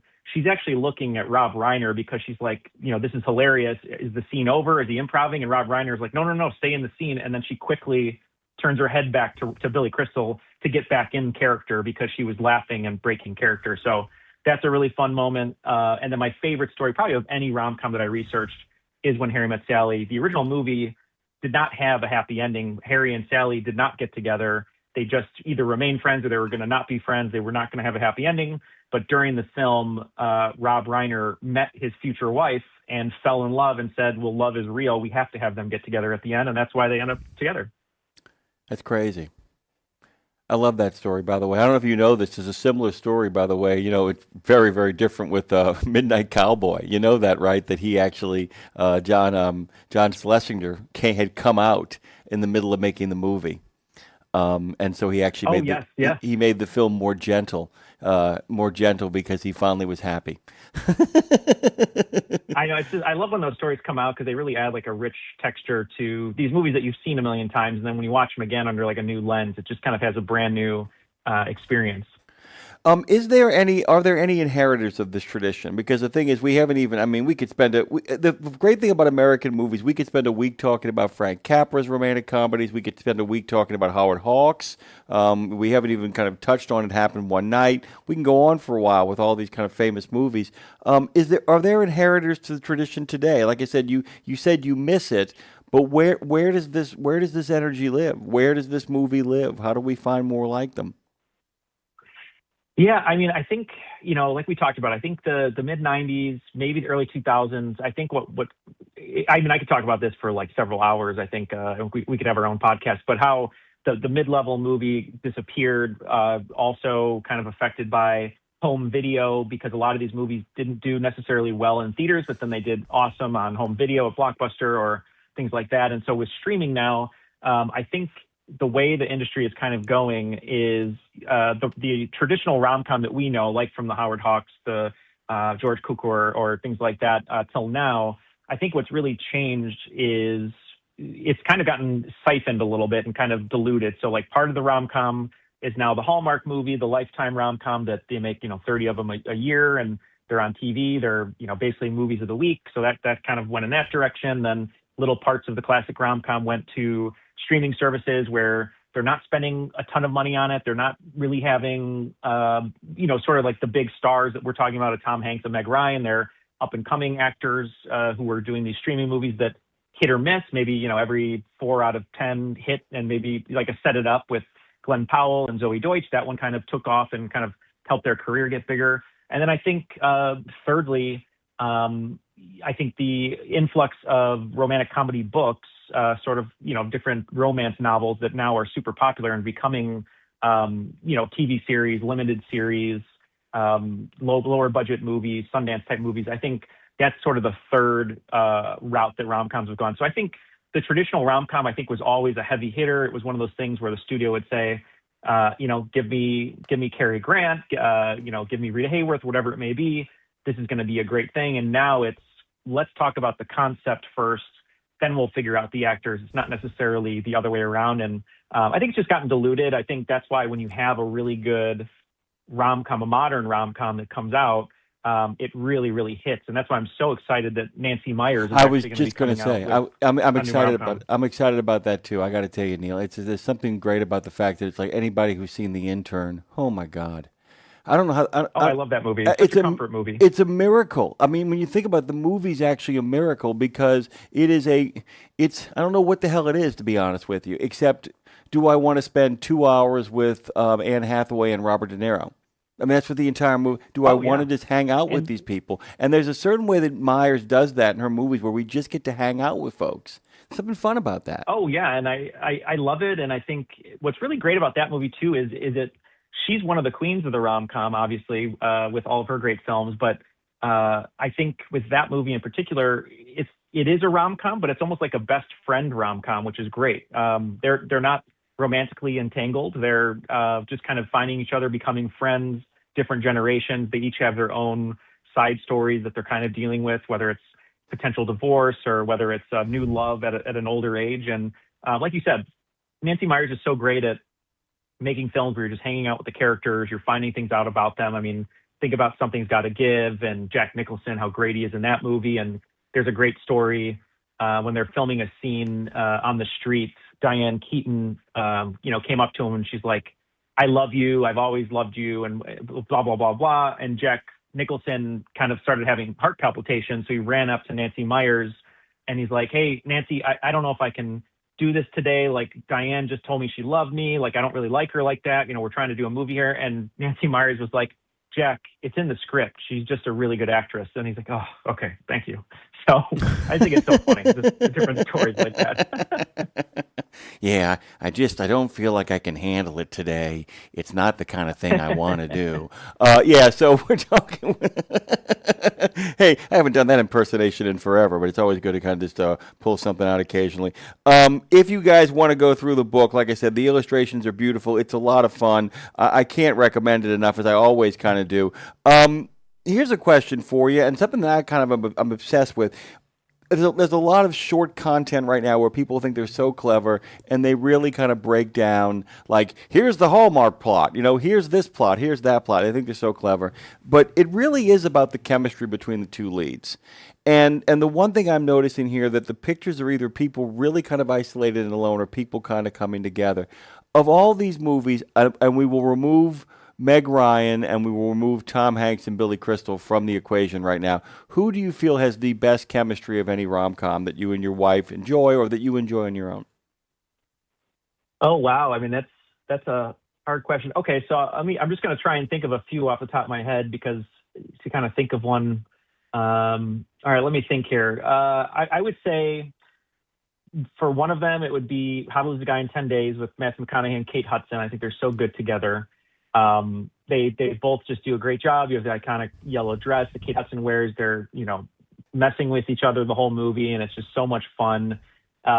We mentioned Jack Nicholson and Diane Keaton are really great. Oh my God! I mean, it's insane. The chemistry between them is insane. Just want to kind of put that out. Yeah, it's great. Oh yeah, totally. And you know, I think Notting Hill, even though, you know, with Hugh Grant and Julia Roberts, is so fun, or even going back to a more classic film like a Gregory Peck and Audrey Hepburn. Yeah, there's so many. I mean, I think what you're hitting on here is right. We're kind of losing that era of finding two actors that you maybe never would have put together before, and they have such great chemistry. And it doesn't necessarily have to be like a super big star at the time. I mean, While You Were Sleeping, you know, Sandra Bullock and Bill Pullman had really great chemistry, but they weren't necessarily a Tom Hanks or a Meg Ryan. You know, John Cusack and Kate Beckinsale had great chemistry and Serendipity. And actually, there's one movie that I did not get to put in the book. There's about 6 or 7 movies, I think, that were cut, like Only You with Marissa Tomei, which is a favorite of my mom's that I wanted to get in there, but it got cut, unfortunately. And then Jerry Maguire, which is more of a kind of a sports rom-com, but I wanted to put that in there because I think guys love Jerry Maguire, but they don't realize it's a rom-com, because it is. But one movie that I wanted to put in there that I find such a comforting movie, very much like you said with Nancy Meyers, it's a movie that you can just watch and hang out, and the chemistry is off the charts, and that's Defending Your Life with Albert Brooks and Meryl Streep. So good. So movie. good. And one of the most heroic decisions at the end of a film, to watch somebody actually take a real chance for love, is kind of really amazing. That movie that's pretty darn, and a surprisingly good movie. Not that Albert Brooks is surprisingly good. It's just, it sneaks up on you because it's so low key as it kind of begins. And the premise, you don't realize, because of the premise being the afterlife, how much of a rom-com it actually is. It's a terrific movie. I gotta go back and watch that film. Yeah, it's interesting too. Have you seen the movie About Time? Oh yes, great film, yeah. And we watched that on our honeymoon. When my wife and I got married, we actually watched that movie. And you know, the idea too, when you kind of do these things, is that you're often looking for another hook, another way in as well, right? You don't just want to have it be about like the thing itself, but there should be something else that really kind of lifts the material and makes it more complicated. The idea that the intern really is using all the tropes of a romantic thing, except it's a father-daughter sort of relationship that kind of gets put up there. Silver Linings Playbook is where you're basically looking at what that behavior looks like in real life. You know what I'm saying? And oh yeah. I mean, because I always say that Silver Linings Playbook is the Dark Knight of rom-coms, where it's like, you want to see what this would look like in real life? Here's what it really looks like if you stalk people. You know, I mean, you know. Yeah. You know, and it's that's a great way to put it. And I think all these, you know, that's one of the reasons the way the book's kind of designed. I wanted to separate it by the different tropes, and obviously we have our favorites of, you know, the enemies to lovers, which has kind of been around since, you know, the 20s and 30s. But some of these were, you know, they're going on destination. Like I love Midnight in Paris. It's another comforting movie where watching Owen Wilson walk in the rain in Paris and kind of fall in love with Marianne Cotillard, and it's just a beautiful movie. It looks great, shot by Darius Khanji. But even high school, I mean, I love high school rom-coms. I think because it's such a fertile ground for story, and I think people kind of dismiss it a little bit because they are teens, even though they're all played by adults. But I think what's great about it is we all remember high school. We all remember the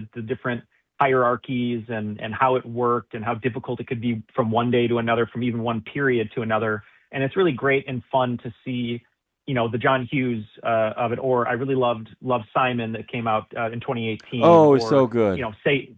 Say Anything, with John Cusack, obviously. And I think, one of my favorite little pieces of information about Say Anything is we all now know that, John Cusack is holding up the stereo and Peter Gabriel's In Your Eyes is playing. But originally in the script, it was going to be Billy Idol's To Be a Lover.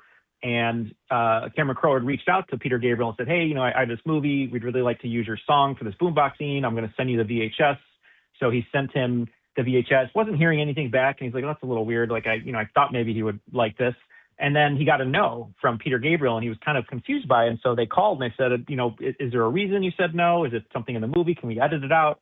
And Peter Gabriel said, you know what? I really don't want to lend my song to a movie about John Belushi overdosing. And Cameron Crowe was like, that's not our movie. And he goes, oh my God, I put in the wrong VHS. I put in Wired. I didn't mean, oh, I'm sorry. I loved your movie. Yes, please use my song. So anyway, I thought that was so fun. Before we go, I actually have memorized this, so I want to share this. Since you brought up Midnight in Paris, I got to tell you, the monologue, the Hemingway monologue, just, I couldn't believe it. It's like one of the fun. Remember that thing, I believe that love that is true and real and creates respite from death, while cowardice comes from not loving or not loving well, which is the same thing. And I remember when I saw Midnight in Paris, I kept thinking to myself, if a rom-com really takes the next step, at some point, one of the two main characters has to really kind of put forth a manifesto of love. You've almost got to give a worldview of love if you're going to make a great rom-com. Not just, we like each other, let's get together. Somebody has got to articulate, whether it's Billy Crystal in When Harry Met Sally, or it's Hemingway in Midnight in Paris. Somebody has to articulate what love is in order for it to rule and reign. And that's one of the other things. Guys, if you probably noticed, I've been dancing around. I don't want to give away answers to questions. I want you guys to enjoy this book. Neil, thank you so much, man. It is great to have you. Oh, thank you so much. I always love being on the show. You guys are the best, and I hope the listeners enjoy the book and can play along with the questions and maybe find some new ones that they hadn't seen before and add them to the rotation, because as we talked about, these movies are comforting. They're good on a rainy day. They're good on a sunny day. It doesn't really matter. As long as you're with the people in the movie, you're having fun, and you can believe that love will, be above everything else. So I think that's always fun. By the way, at some point, you should reach out to Lindsay, because her show, you should definitely go on there and talk about how one goes about the business of not just writing well, but writing well to write games. It's, how to put together a party, because she's always wants to know how writing can actually, that the whole point of that show that she does is the therapeutic power of writing. Brother, the therapeutic power of this writing, you will make a lot of people happy, guys. You could do a lot worse on a Valentine's Day with a couple of flowers in this wonderful book. Thank you, Neil. I got to hang up on you because I'm the only person here, okay? Thanks, Jimmy, man. You got it, brother. Big thanks to him. What a dude. What a guy. What a crowd, by the way. You guys are fantastic. I love each and every one of you. Thank you for hanging out. Thank you for sticking all the way to the last dog dying. By the way, which movie did you love, Trucker Bosun? Oh, he sees all his past lives. Hilarious. Penny's favorite is The Notebook. Love that, by the way. Our good, we're going to do some stuff, guys. We got plans as we kind of wrap this thing up. Thanks all of you all for sticking around right to the bitter end. Well, it's not really bitter. It's bittersweet. A little rom-com going on, a little Substack action talking about here. We didn't get we're going to see if we get the guy back. We got to give it a shot. Big thanks to our good friend, the Braz, Robert Braswell, on the money on time. I'm a little stoked, guys. Can you tell? There is somebody called the Lizard Lady. Yay, Neil. The Lizard Lady. Why do I have a feeling? Who is the Lizard Lady? Who is the lizard lady? The lizard lady. All right, that's fine. I don't know who that is, but I'm excited about them. James Billingsley, why not rebirth the original Trucking Radio where Charlie and Dave started? I tell you what, James, I'm not kidding. I'm actually not being a jerk here. If somebody wants to put together a crowdfunding exercise to pay for the music license, we can get Trucking Radio back in right now. The Paranormal Pie Man said if the music could be sorted out. See, there you go. I think the last song played on these shows should be My Way by Frank Sinatra. I probably could do a little better.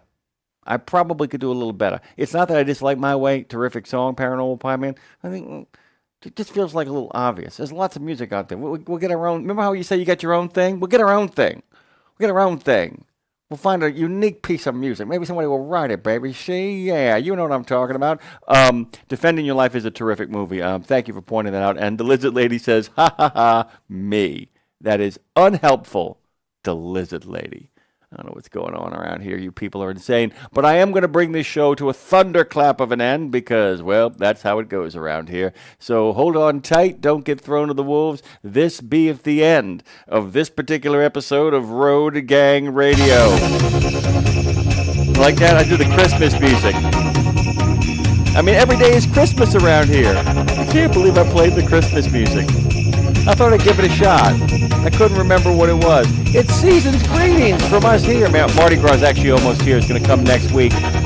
Rumbling, bumbling, stumbling, tumbling, headed for a touchdown. I think we got it all figured out, though, guys.